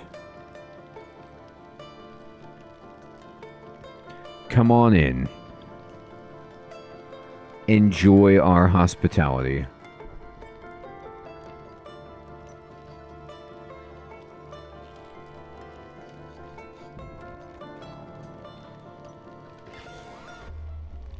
Oh, here they come. Observe how the turret will turn on when the motion sensor detects hostile animals. Okay, let's see what happens.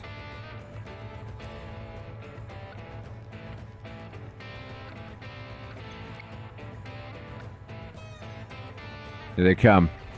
I'm going to speed it up a little bit. Let's watch them. Alright, they're coming for us. Turret on. Oh, dude. You gotta get out of here. This is terrible. Look at him. He walked right... Like, this dork walked right in front of the machine gun. Get out of there. What, is there a problem?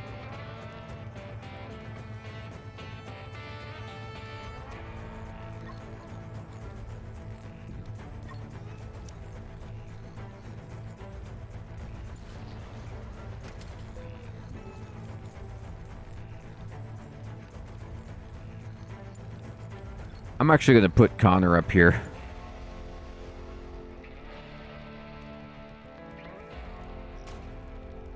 Connor is so good from up here, I might as well. So he can just shoot from his... Here we go. That's it. It really is, Nick Man. I apologize. So, we've completed all the tutorials. Exactly, Sid. And let's go ahead and try a brand new game and see if we can figure it out. So, this is scenario crash landing. And region Sobrius, Moon Concordia, medium difficulty, no rules. That's the seed. Let's go. All right. So we have 4 survivors. Yeah, and it has a DLC as well, Hermie, which is pretty cool. I think it's always funny when games use, like, just photographs of real people, or at least what look like real people. So we've got Katina Yule, who's a holistic physician. She is, she's good at healing. Yeah, Sid, I'm sorry, my friend. I'm going to try to fix it. Well, and see, that's the thing, Nick, man, is that, like, this game is so old that it predates the use of AI. But yeah, I assumed they were AI too, but I think, I mean, these might be drawn people? Not sure. Or they just took, like, you know, random mugshots from people. Laura is good at farming. This guy's smart. Corporate guy. Hey, Chef Smitty, good evening. Good to see you. I know, Chef Smitty. I dove in to try to take a look at it. And she's good at crafting and healing as well. It's what it's gotta be, Nick, man, right? Just like a little bit of some alterations or something. So I'm gonna take out, I don't like this guy, because who do I have who's good at combat? Nobody. And I already have somebody who's good at healing. So she's not great at anything except crafting, which is she's only okay at. So let's see. What are you good at? So this guy's a discharged general. Yeah. So I'm going to select him. Here, kick this guy out. Oh, okay. Get him out. Get her out. Get him in. And then we need somebody who's good at crafting. Bloodthirsty Marauder. Okay, that's problematic. Enlightened one. Construction would be good. He is good at Wordle, isn't he?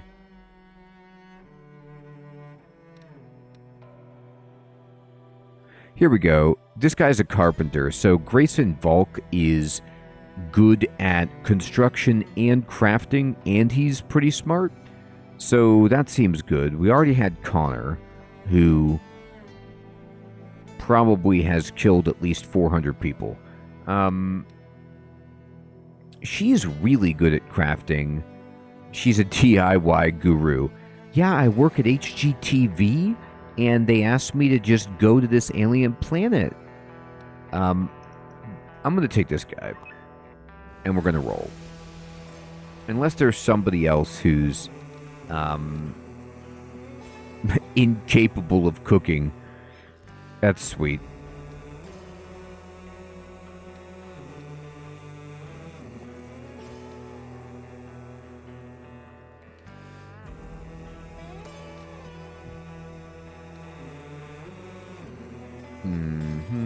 Here's Raka again. He's tempting. Yeah, exactly, Sid. Doesn't she? She's got, like... She has this face like, I've been through a lot, and I've seen many people die. It is scary. That's awesome, Nick, man. It's such a well-made game. Alright, let's go for it.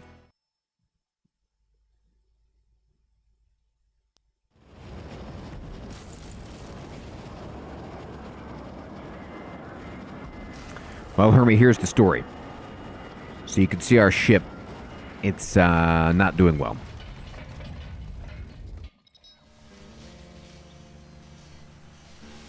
All right. So let's pause the game. Katarina Katina had a meltdown. So she's crying. Okay. Well, that's not good. Hint, getting help. Okay. Oh my god, Nick, man. I don't even know if I could beat the easy. Alright, so she's crying because we crashed, and that's understandable. Let's zoom out and see our situation. Alright, so there are these big-horned animals that are nearby, and there's these pointy red plants that are also nearby. So here's where we are. Looks like there's like a quarry over here or something. What do we got up here? There's this flying insect. So it's kind of like got a No Man's Sky feel. Look at these like flightless birds. So it's not all just rando insects, although these things, bloated insects. It's not like all just beetles and scorpions. There's, you know, more normal looking animals out there. Or, well, not normal, but Death Flower is totally harmless. Look at that guy. Alright, so here's what we're going to do.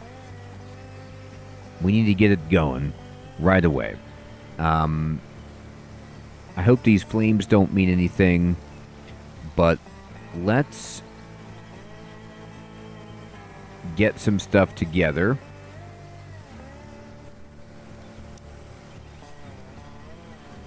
Yeah, Sid, the critters are really cool, aren't they? We need to make a shelter of scrap metal and at least have something going here. So I will place this... how do I want to put it?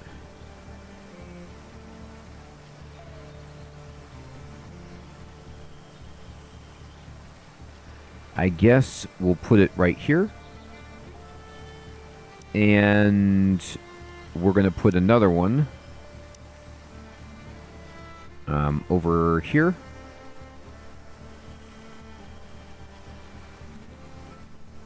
And what else do we have? Ranching? I mean, sure, but a sign. A grave. Oh boy. There is the roof, right?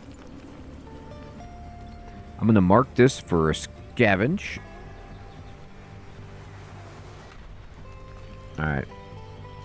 So Grayson is trying to calm down Katina. He's like, hey, get it together. Alright, there, I'm going to speed him up. Alright, so Grayson has nothing to do, apparently. What is this? Peculiar bush. Can you observe this? Somebody do that. Check it out. What is this? Okay, everybody's got a job. Alright, we have a shelter. Let's get in the sleeping spots. Camp, sleeping spot, ground. One, oops. Okay, yeah, just copy this, and then let's at least get that going. I have 4 people, though, so I'm going to need to build, actually, another shelter right next door. I know, Hermie. Can I do that? Getting help. Hints, such as this one, will be displayed throughout your game. Whenever you might need a hand, you can turn them off and on from the gameplay section of the options menu. You can also browse and search for information and help, accessed from the Manage menu.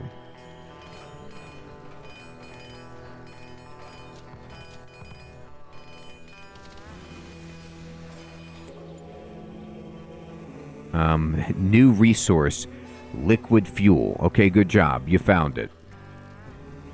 Alright, this is done. So we're going to go storage, stockpile, there. There.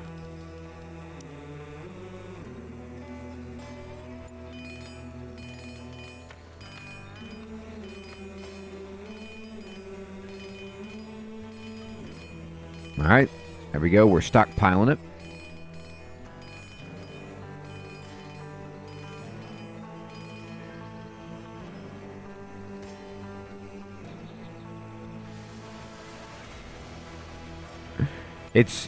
I mean, you know, Hermie, it might be the best solution for this problem. Let's just pretend we didn't survive the crash. Alright, so this guy, Jack, has nothing to do. So, let's give him something to do.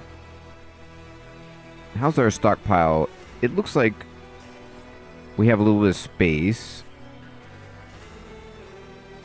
What is this? Is this a mushroom? No. This is the peculiar bush that we're already observing. This is blade grass. Who's observing it? Grayson, are you smart? Yeah, he is. So, I don't know. I mean, that seems like a job that would be good for intellect. What are you good at, dude? What's your thing? Fighting?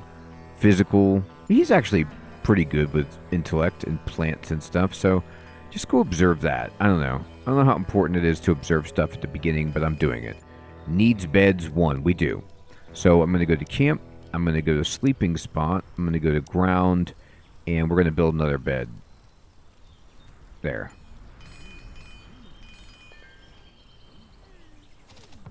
Got it. Grayson is now saying he doesn't have anything to do. What is this? Tall leafy plant? Yeah, observe it. Figure it out. What is that?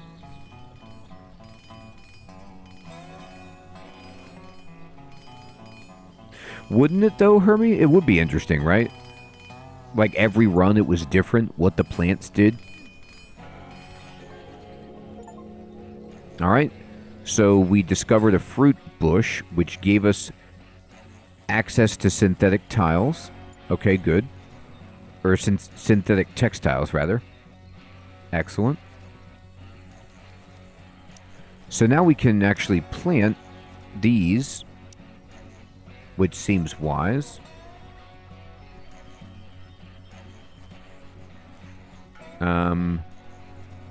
What gives them the best growth? 75% here. This bush field is 100%.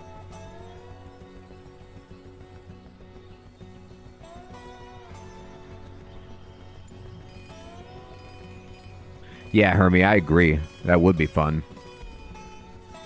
It would give it a huge replay value.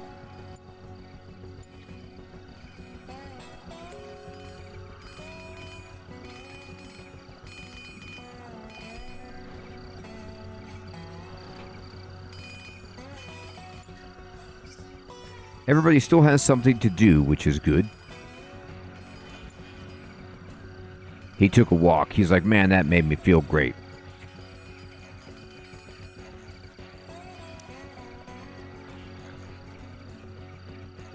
So I need to figure out how to get some of these resources before I can even build a lot of the good things that I need. So we're going to have to keep observing to figure out where to find these. No problem.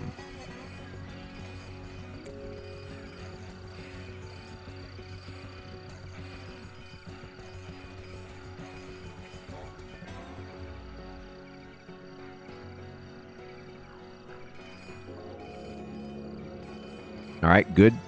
Blade grass is done. 2 people now have nothing to do, so I need somebody to check out this tree. And I don't know about that. I'm still a little apprehensive. Oh, what's this? Is this? Can we scavenge this spaceship debris? Heck yeah, we can. Get that. Put somebody on that job. Found comfort in Jack's words. Well, who wouldn't?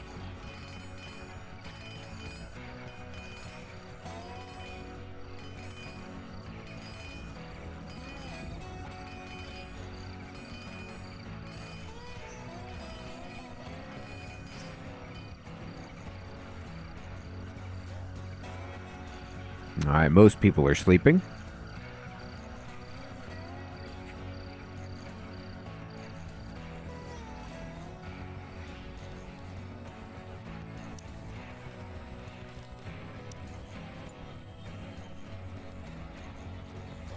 Oh, I need to build a research desk, derp, but I don't have any wood. I can make it out of scrap metal. I forgot about the research desk. But we're going to be probably okay for a moment. Let me just clear that out. Put that there. Uh-oh. Is this thing hostile? No, it would tell me if it was hostile, wouldn't it?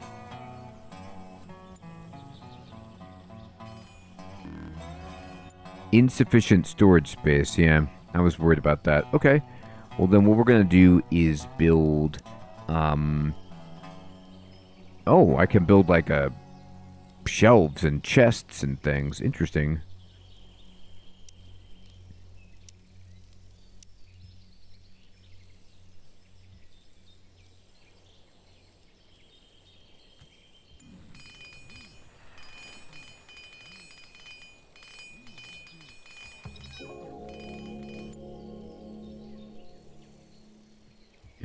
Yeah, let's just not look at the brain leeches. I don't see anything.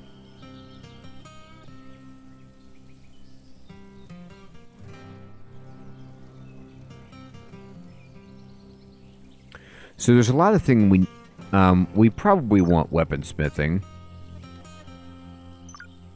And then tailoring. I mean, electric grid sounds awesome, but...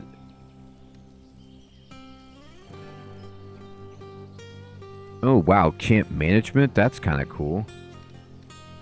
Metal refinement.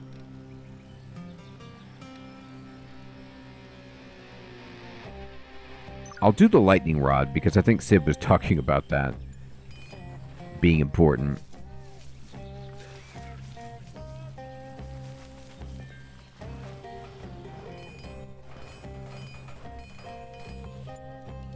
Alright, I'm going to build some more stockpiles here.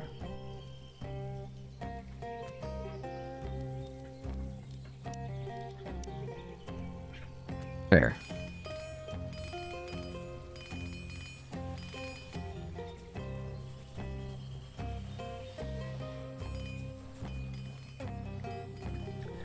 I was definitely luring my allies over to the Hypno-Slug Queen's lair.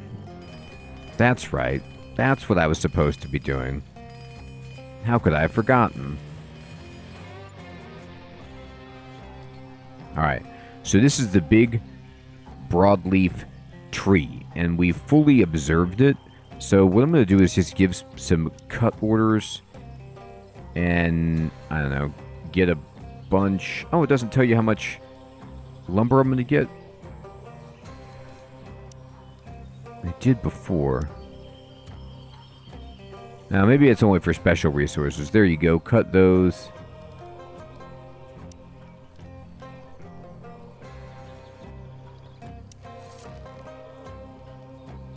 There. Let's see what we get.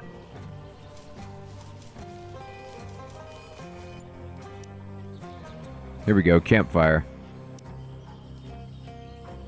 Let's make a nice scrap metal campfire. Keep everybody toasty.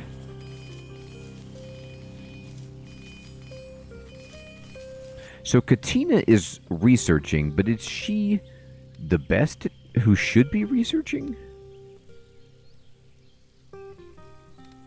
Yeah, it might be Hermes, so they just can't tell you that. That makes sense. Let's look at people's activities and say, okay,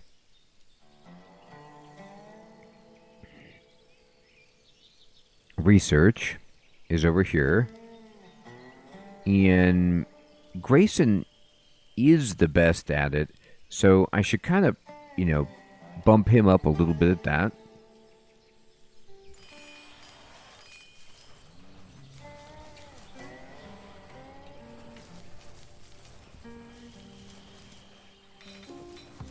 There we go. Let's see what kind of cooking we can do over here.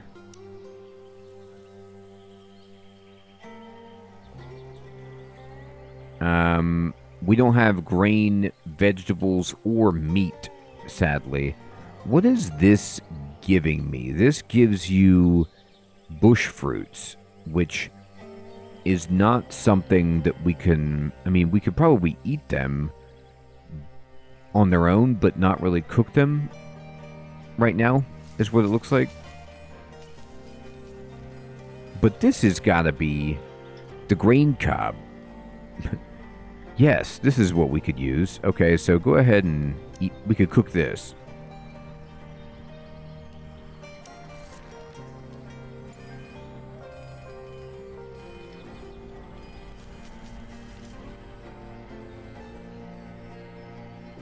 Alright, so they're just eating the berries, like, outright. Which is fine, I guess.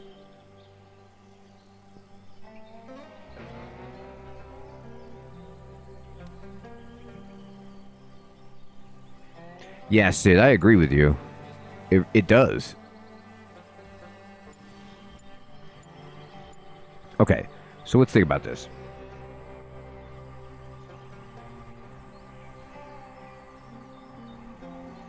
What do we need to do?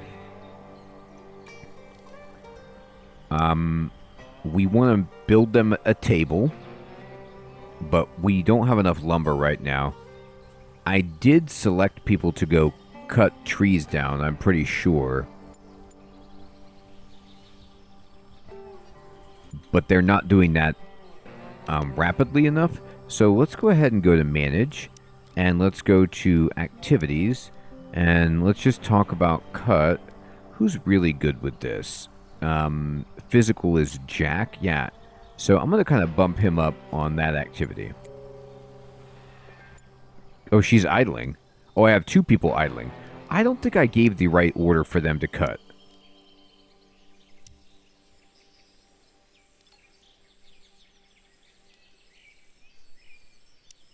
Oh, you have to double... Okay. So for some reason, you have to actually confirm it. Whereas, like, the harvest thing, I didn't have to click anything. I just did it. But for cutting trees, you have to tell them actively what to do. Alright, we researched a technology. We got a Chivo for that, indeed.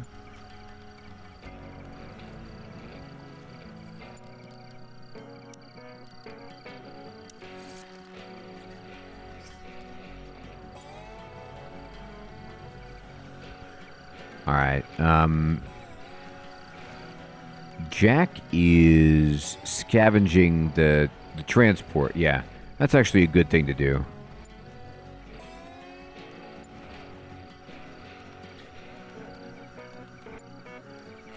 Let me see if I can make a...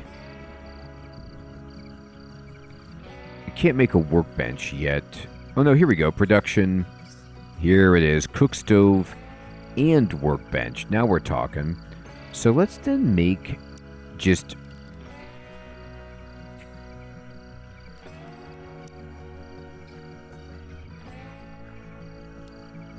you know, some fancier place. Make another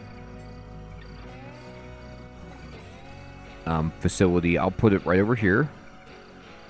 And this will be for the indoor. Yeah, Hermie. But we got a free tote bag for doing it.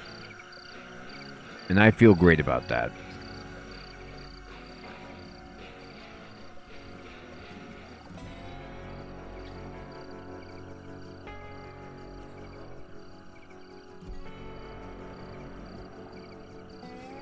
Alright, everybody's sleeping. I'm going to speed it all the way up through this. Oh, by the way, I got to do something really fast.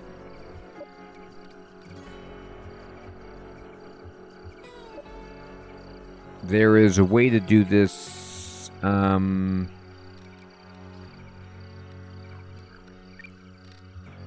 Sorry. I have to switch to Imperial units. I just don't understand. Oh, it still doesn't switch, though. Come on now. There we go. It switched. 45 degrees. Okay. Ravenously hungry. Well, you should have eaten. We have plenty of food. That's on you.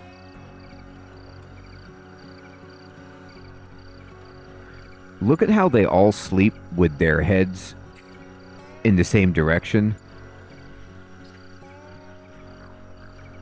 It's... I mean, I guess they agreed that that's the best way to face.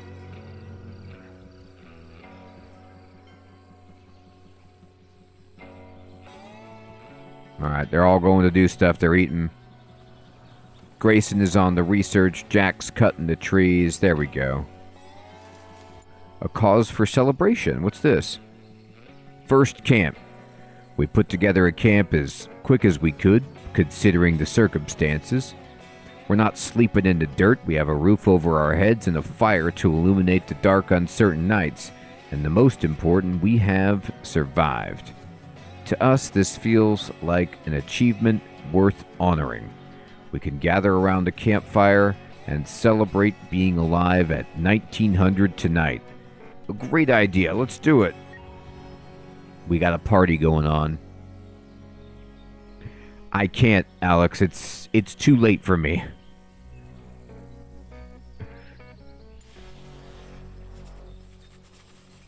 I look at kilometers and I look at Celsius and I just start to weep.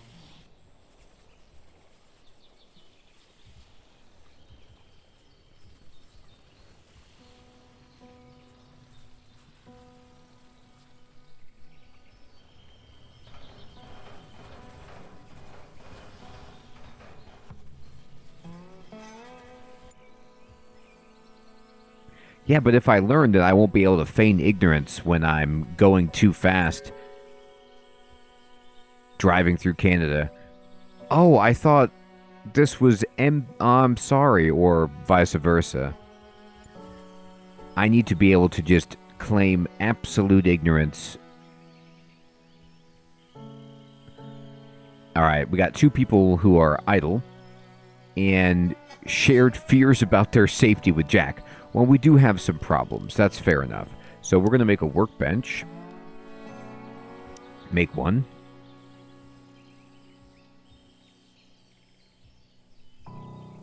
There.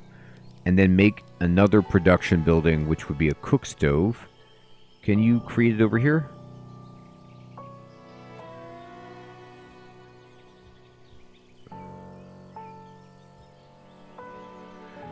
Alright, let's see here. I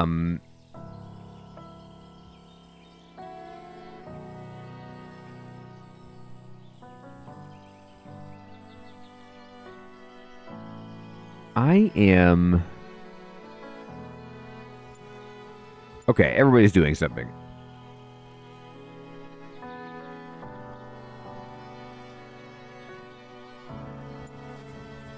Yeah, I usually drive 110 mph. Is that the problem? Alright. And we're going to have a party. We need more research to actually get further on this. Okay. So let's assign some other roles here. Like, for example, observe that. Somebody observe that. Oh, you know what? I want to build a dining area. I'm just going to put it outside. It's not even going to be fancy at all. But we could put a big old table right there with a chair here, here, here, and here.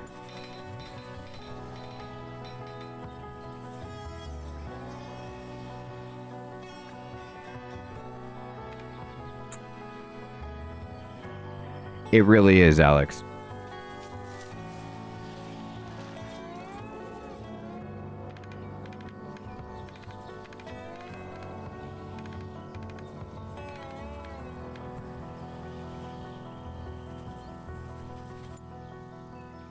Alright, so I'm going to queue up some meals here. Grain porridge. Absolutely. Okay. So for grain porridge, until you have 10. Seems good. What can I make here? I feel like we need short bows. And I'm not going to use synthetic textiles. Just give me at least 3 of these things.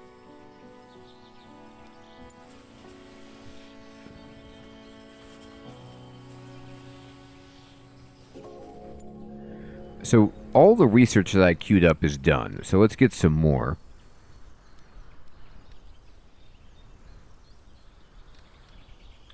Wooden fortification seems important. For defense, I'm going to go for electricity, metal refinement, traps. I can't do that till I get electrical grids.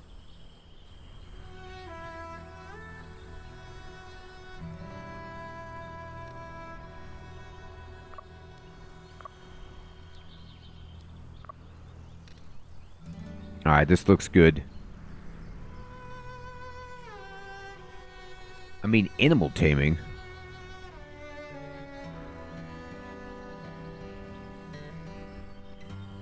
Interesting.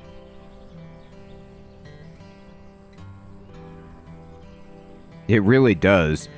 And, you know, I think to Hermie's point about this scrolling down, initially I just thought that you had to research top to bottom, but I don't think you have to. Yeah, you don't. You can just click anything. It just takes a different amount of time. So we have a table where people can eat. She's going to cook. She's actually... are you good at cooking? What are you up to? She's probably one of the better ones that we have. Let me look at this. Manage activities. Who is good at cooking? Yeah, I don't have anybody who's great at it, so... Fine. Look, she can eat here. The survivors are celebrating the fact that they're still alive and kicking at an impromptu party. Let's go to it. Let's see how this is. Hey, fancy meeting you here.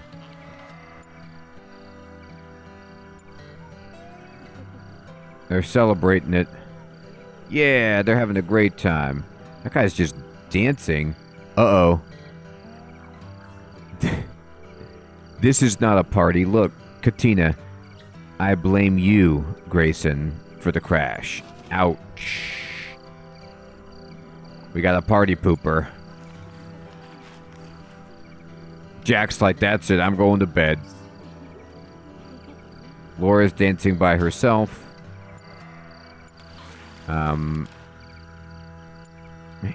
Grayson got encouraged by Laura's words. He didn't even blink at Katina's accusation.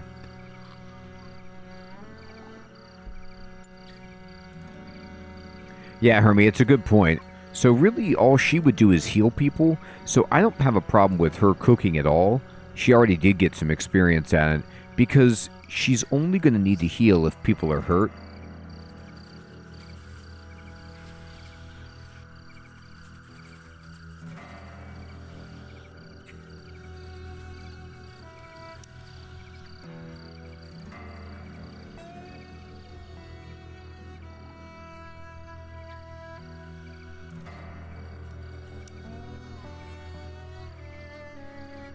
I'm observing these rocks. I'm observing all of it.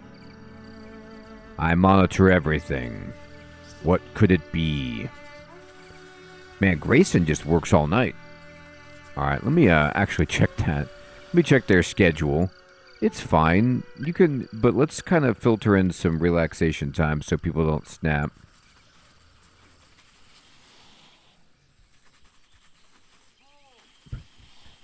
Exactly, Hermie. This planet is completely peaceful.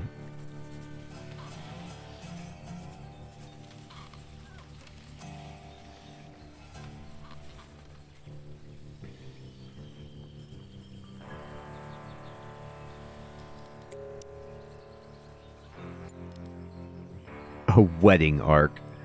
Okay. Arch. That's hilarious. Laura is idling. Okay, you don't have something to do? Oh, I'll give you something to do. There's 2 observing tasks. What do you mean? You don't want to observe the creature? Alright. Then you're getting another job. What's this? Blade grass. It gives you hay.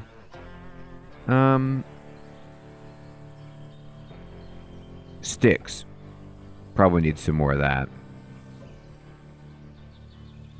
You know what? You just got a job.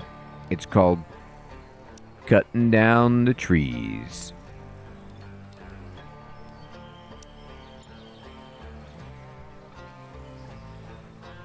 So that's a good question. We got all the resources from those ships. Oh, we don't have this one.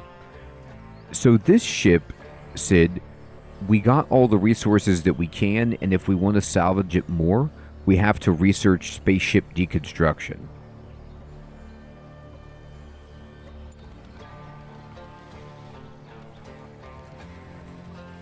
Good idea, Hermie.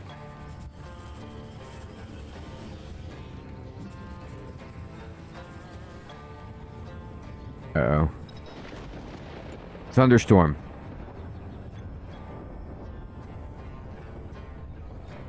We're going to need to build that lightning thing. Lightning rod me.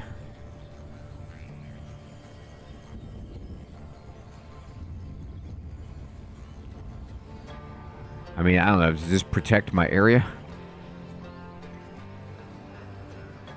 Put it here. This will kill everybody in the radius.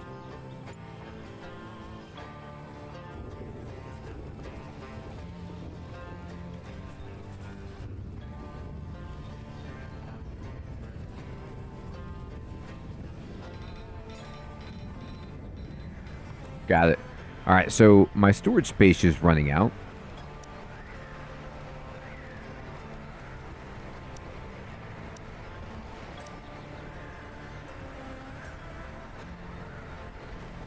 I wonder what happens if I build them like this. Do they, like, how do they connect these?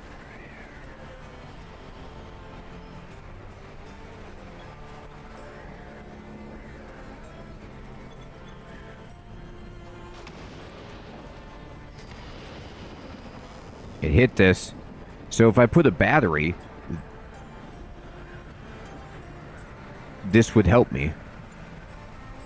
I don't have the technology for that, but theoretically, I have a tailor bench now that we could use.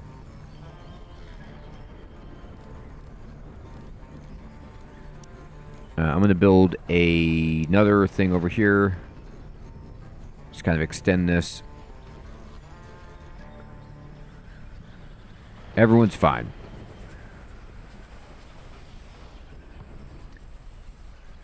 Can't reach stockpile. Yeah, okay. So I was worried about that. But here's what we're going to have to do. I'm going to take away...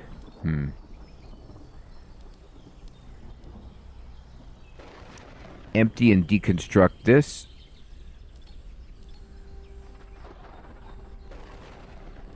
It is, right? Like, it's... and my people from being hit, Sid. It's a good thing we have it. I'm going to deconstruct these 2 stockpiles, and then we're going to build some more stockpiles here, and some stockpiles here.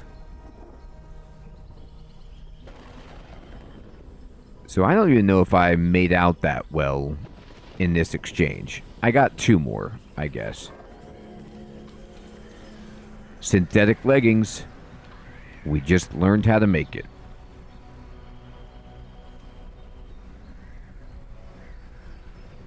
People, come take this down.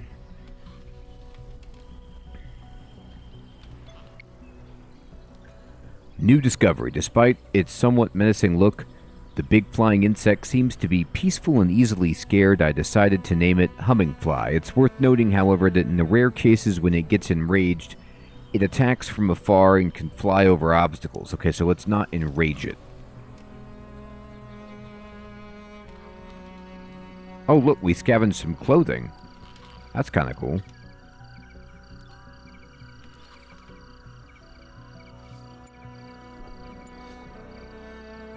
Look. Somebody needs to fix these stockpiles. I guess you can't just build a door on one of these. I was kind of hoping that it would connect a little bit better than this. It doesn't. It's okay.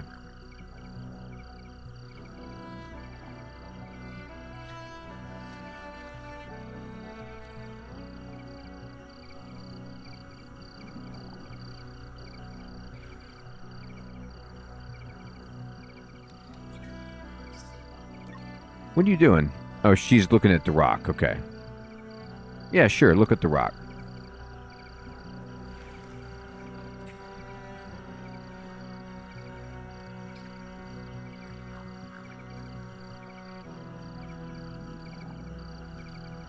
All right.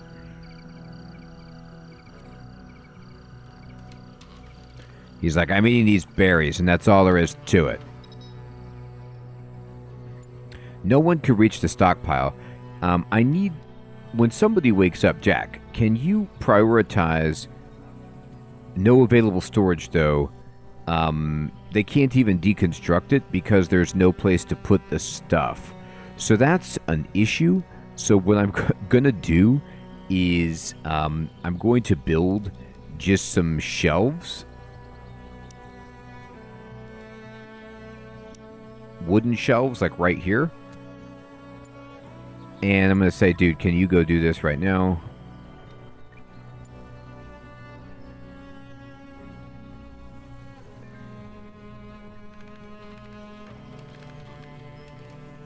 Okay. Now, can you deconstruct the stockpile? Just take it down. Hey, where'd you go? Another survivor? Where did we find this person? My name is Han Tae. I believe we met on the ship. My escape pod crashed badly and everyone else died.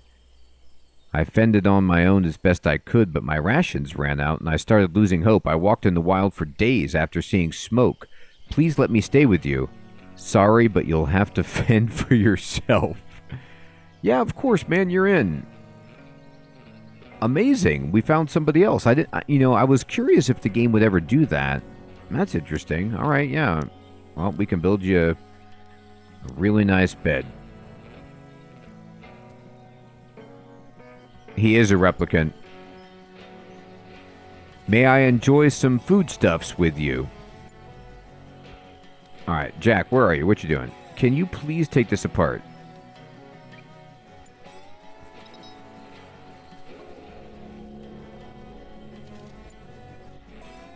No. Okay.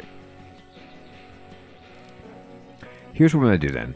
The shelves didn't... I was hoping that they would put stuff on the shelf instead. What if I just give you a blank stockpile? Just temporarily, I'm just going to put a stockpile out here. He's building it. There he goes. Now he can move stuff. Oh, because the shelves can't hold the things that were in that stockpile. Right. If you find yourself short on sticks, you could cut down bushes or split wood on a chopping block. Oh, okay, cool. I guess I am low on sticks, aren't I?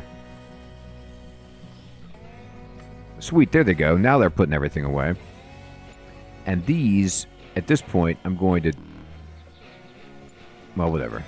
They'll finish it. All right, now we did it. Sweet. So, they're using the shelf for some other items, these clothing items, actually. And then, now we're taking apart the stockpile and getting this done. We've got a lot of research going. Everybody's doing a job. And we got a new survivor, which feels great. I can't wait till I can actually build specialized rooms and things like that. I'm going to need to make some crossbows. I believe I did, actually. Who's my combat specialist? This guy? Yeah, I'm going to give him a laser pistol, and I'm going to give... Alright, we don't have any melee weapons. Didn't I make some bows? Not enough resources. Oh, okay. Well, what about, like, just a spear? Can't you just make a few of those?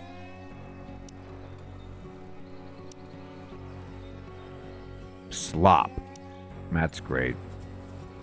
So, I have to say, this is, you know, very much RimWorld and a bit of, like, The Sims in terms of some of the way that the people are interacting and moving around, but it's fascinating. It's got some No Man's Sky with, like, these unknown, you know, animal species, and the fact that you have to, like, research them and things like that, observe them. Pretty interesting. And I'm happy to have gotten a look at the game on PC because the controls are way better. However, it is indeed my bedtime, and I want to say, everyone, thank you so much for coming out to the stream and playing some Stranded Alien Dawn. We're going to be playing some Avowed tomorrow night. Hopefully I can figure out and get to the bottom of my connection issues. I hope you stop in to attend some mustachioed hammer killing tomorrow night. Sid, Hermie, Nickman, Alex, Mike, Fading, James, Dawson, Chef Smitty,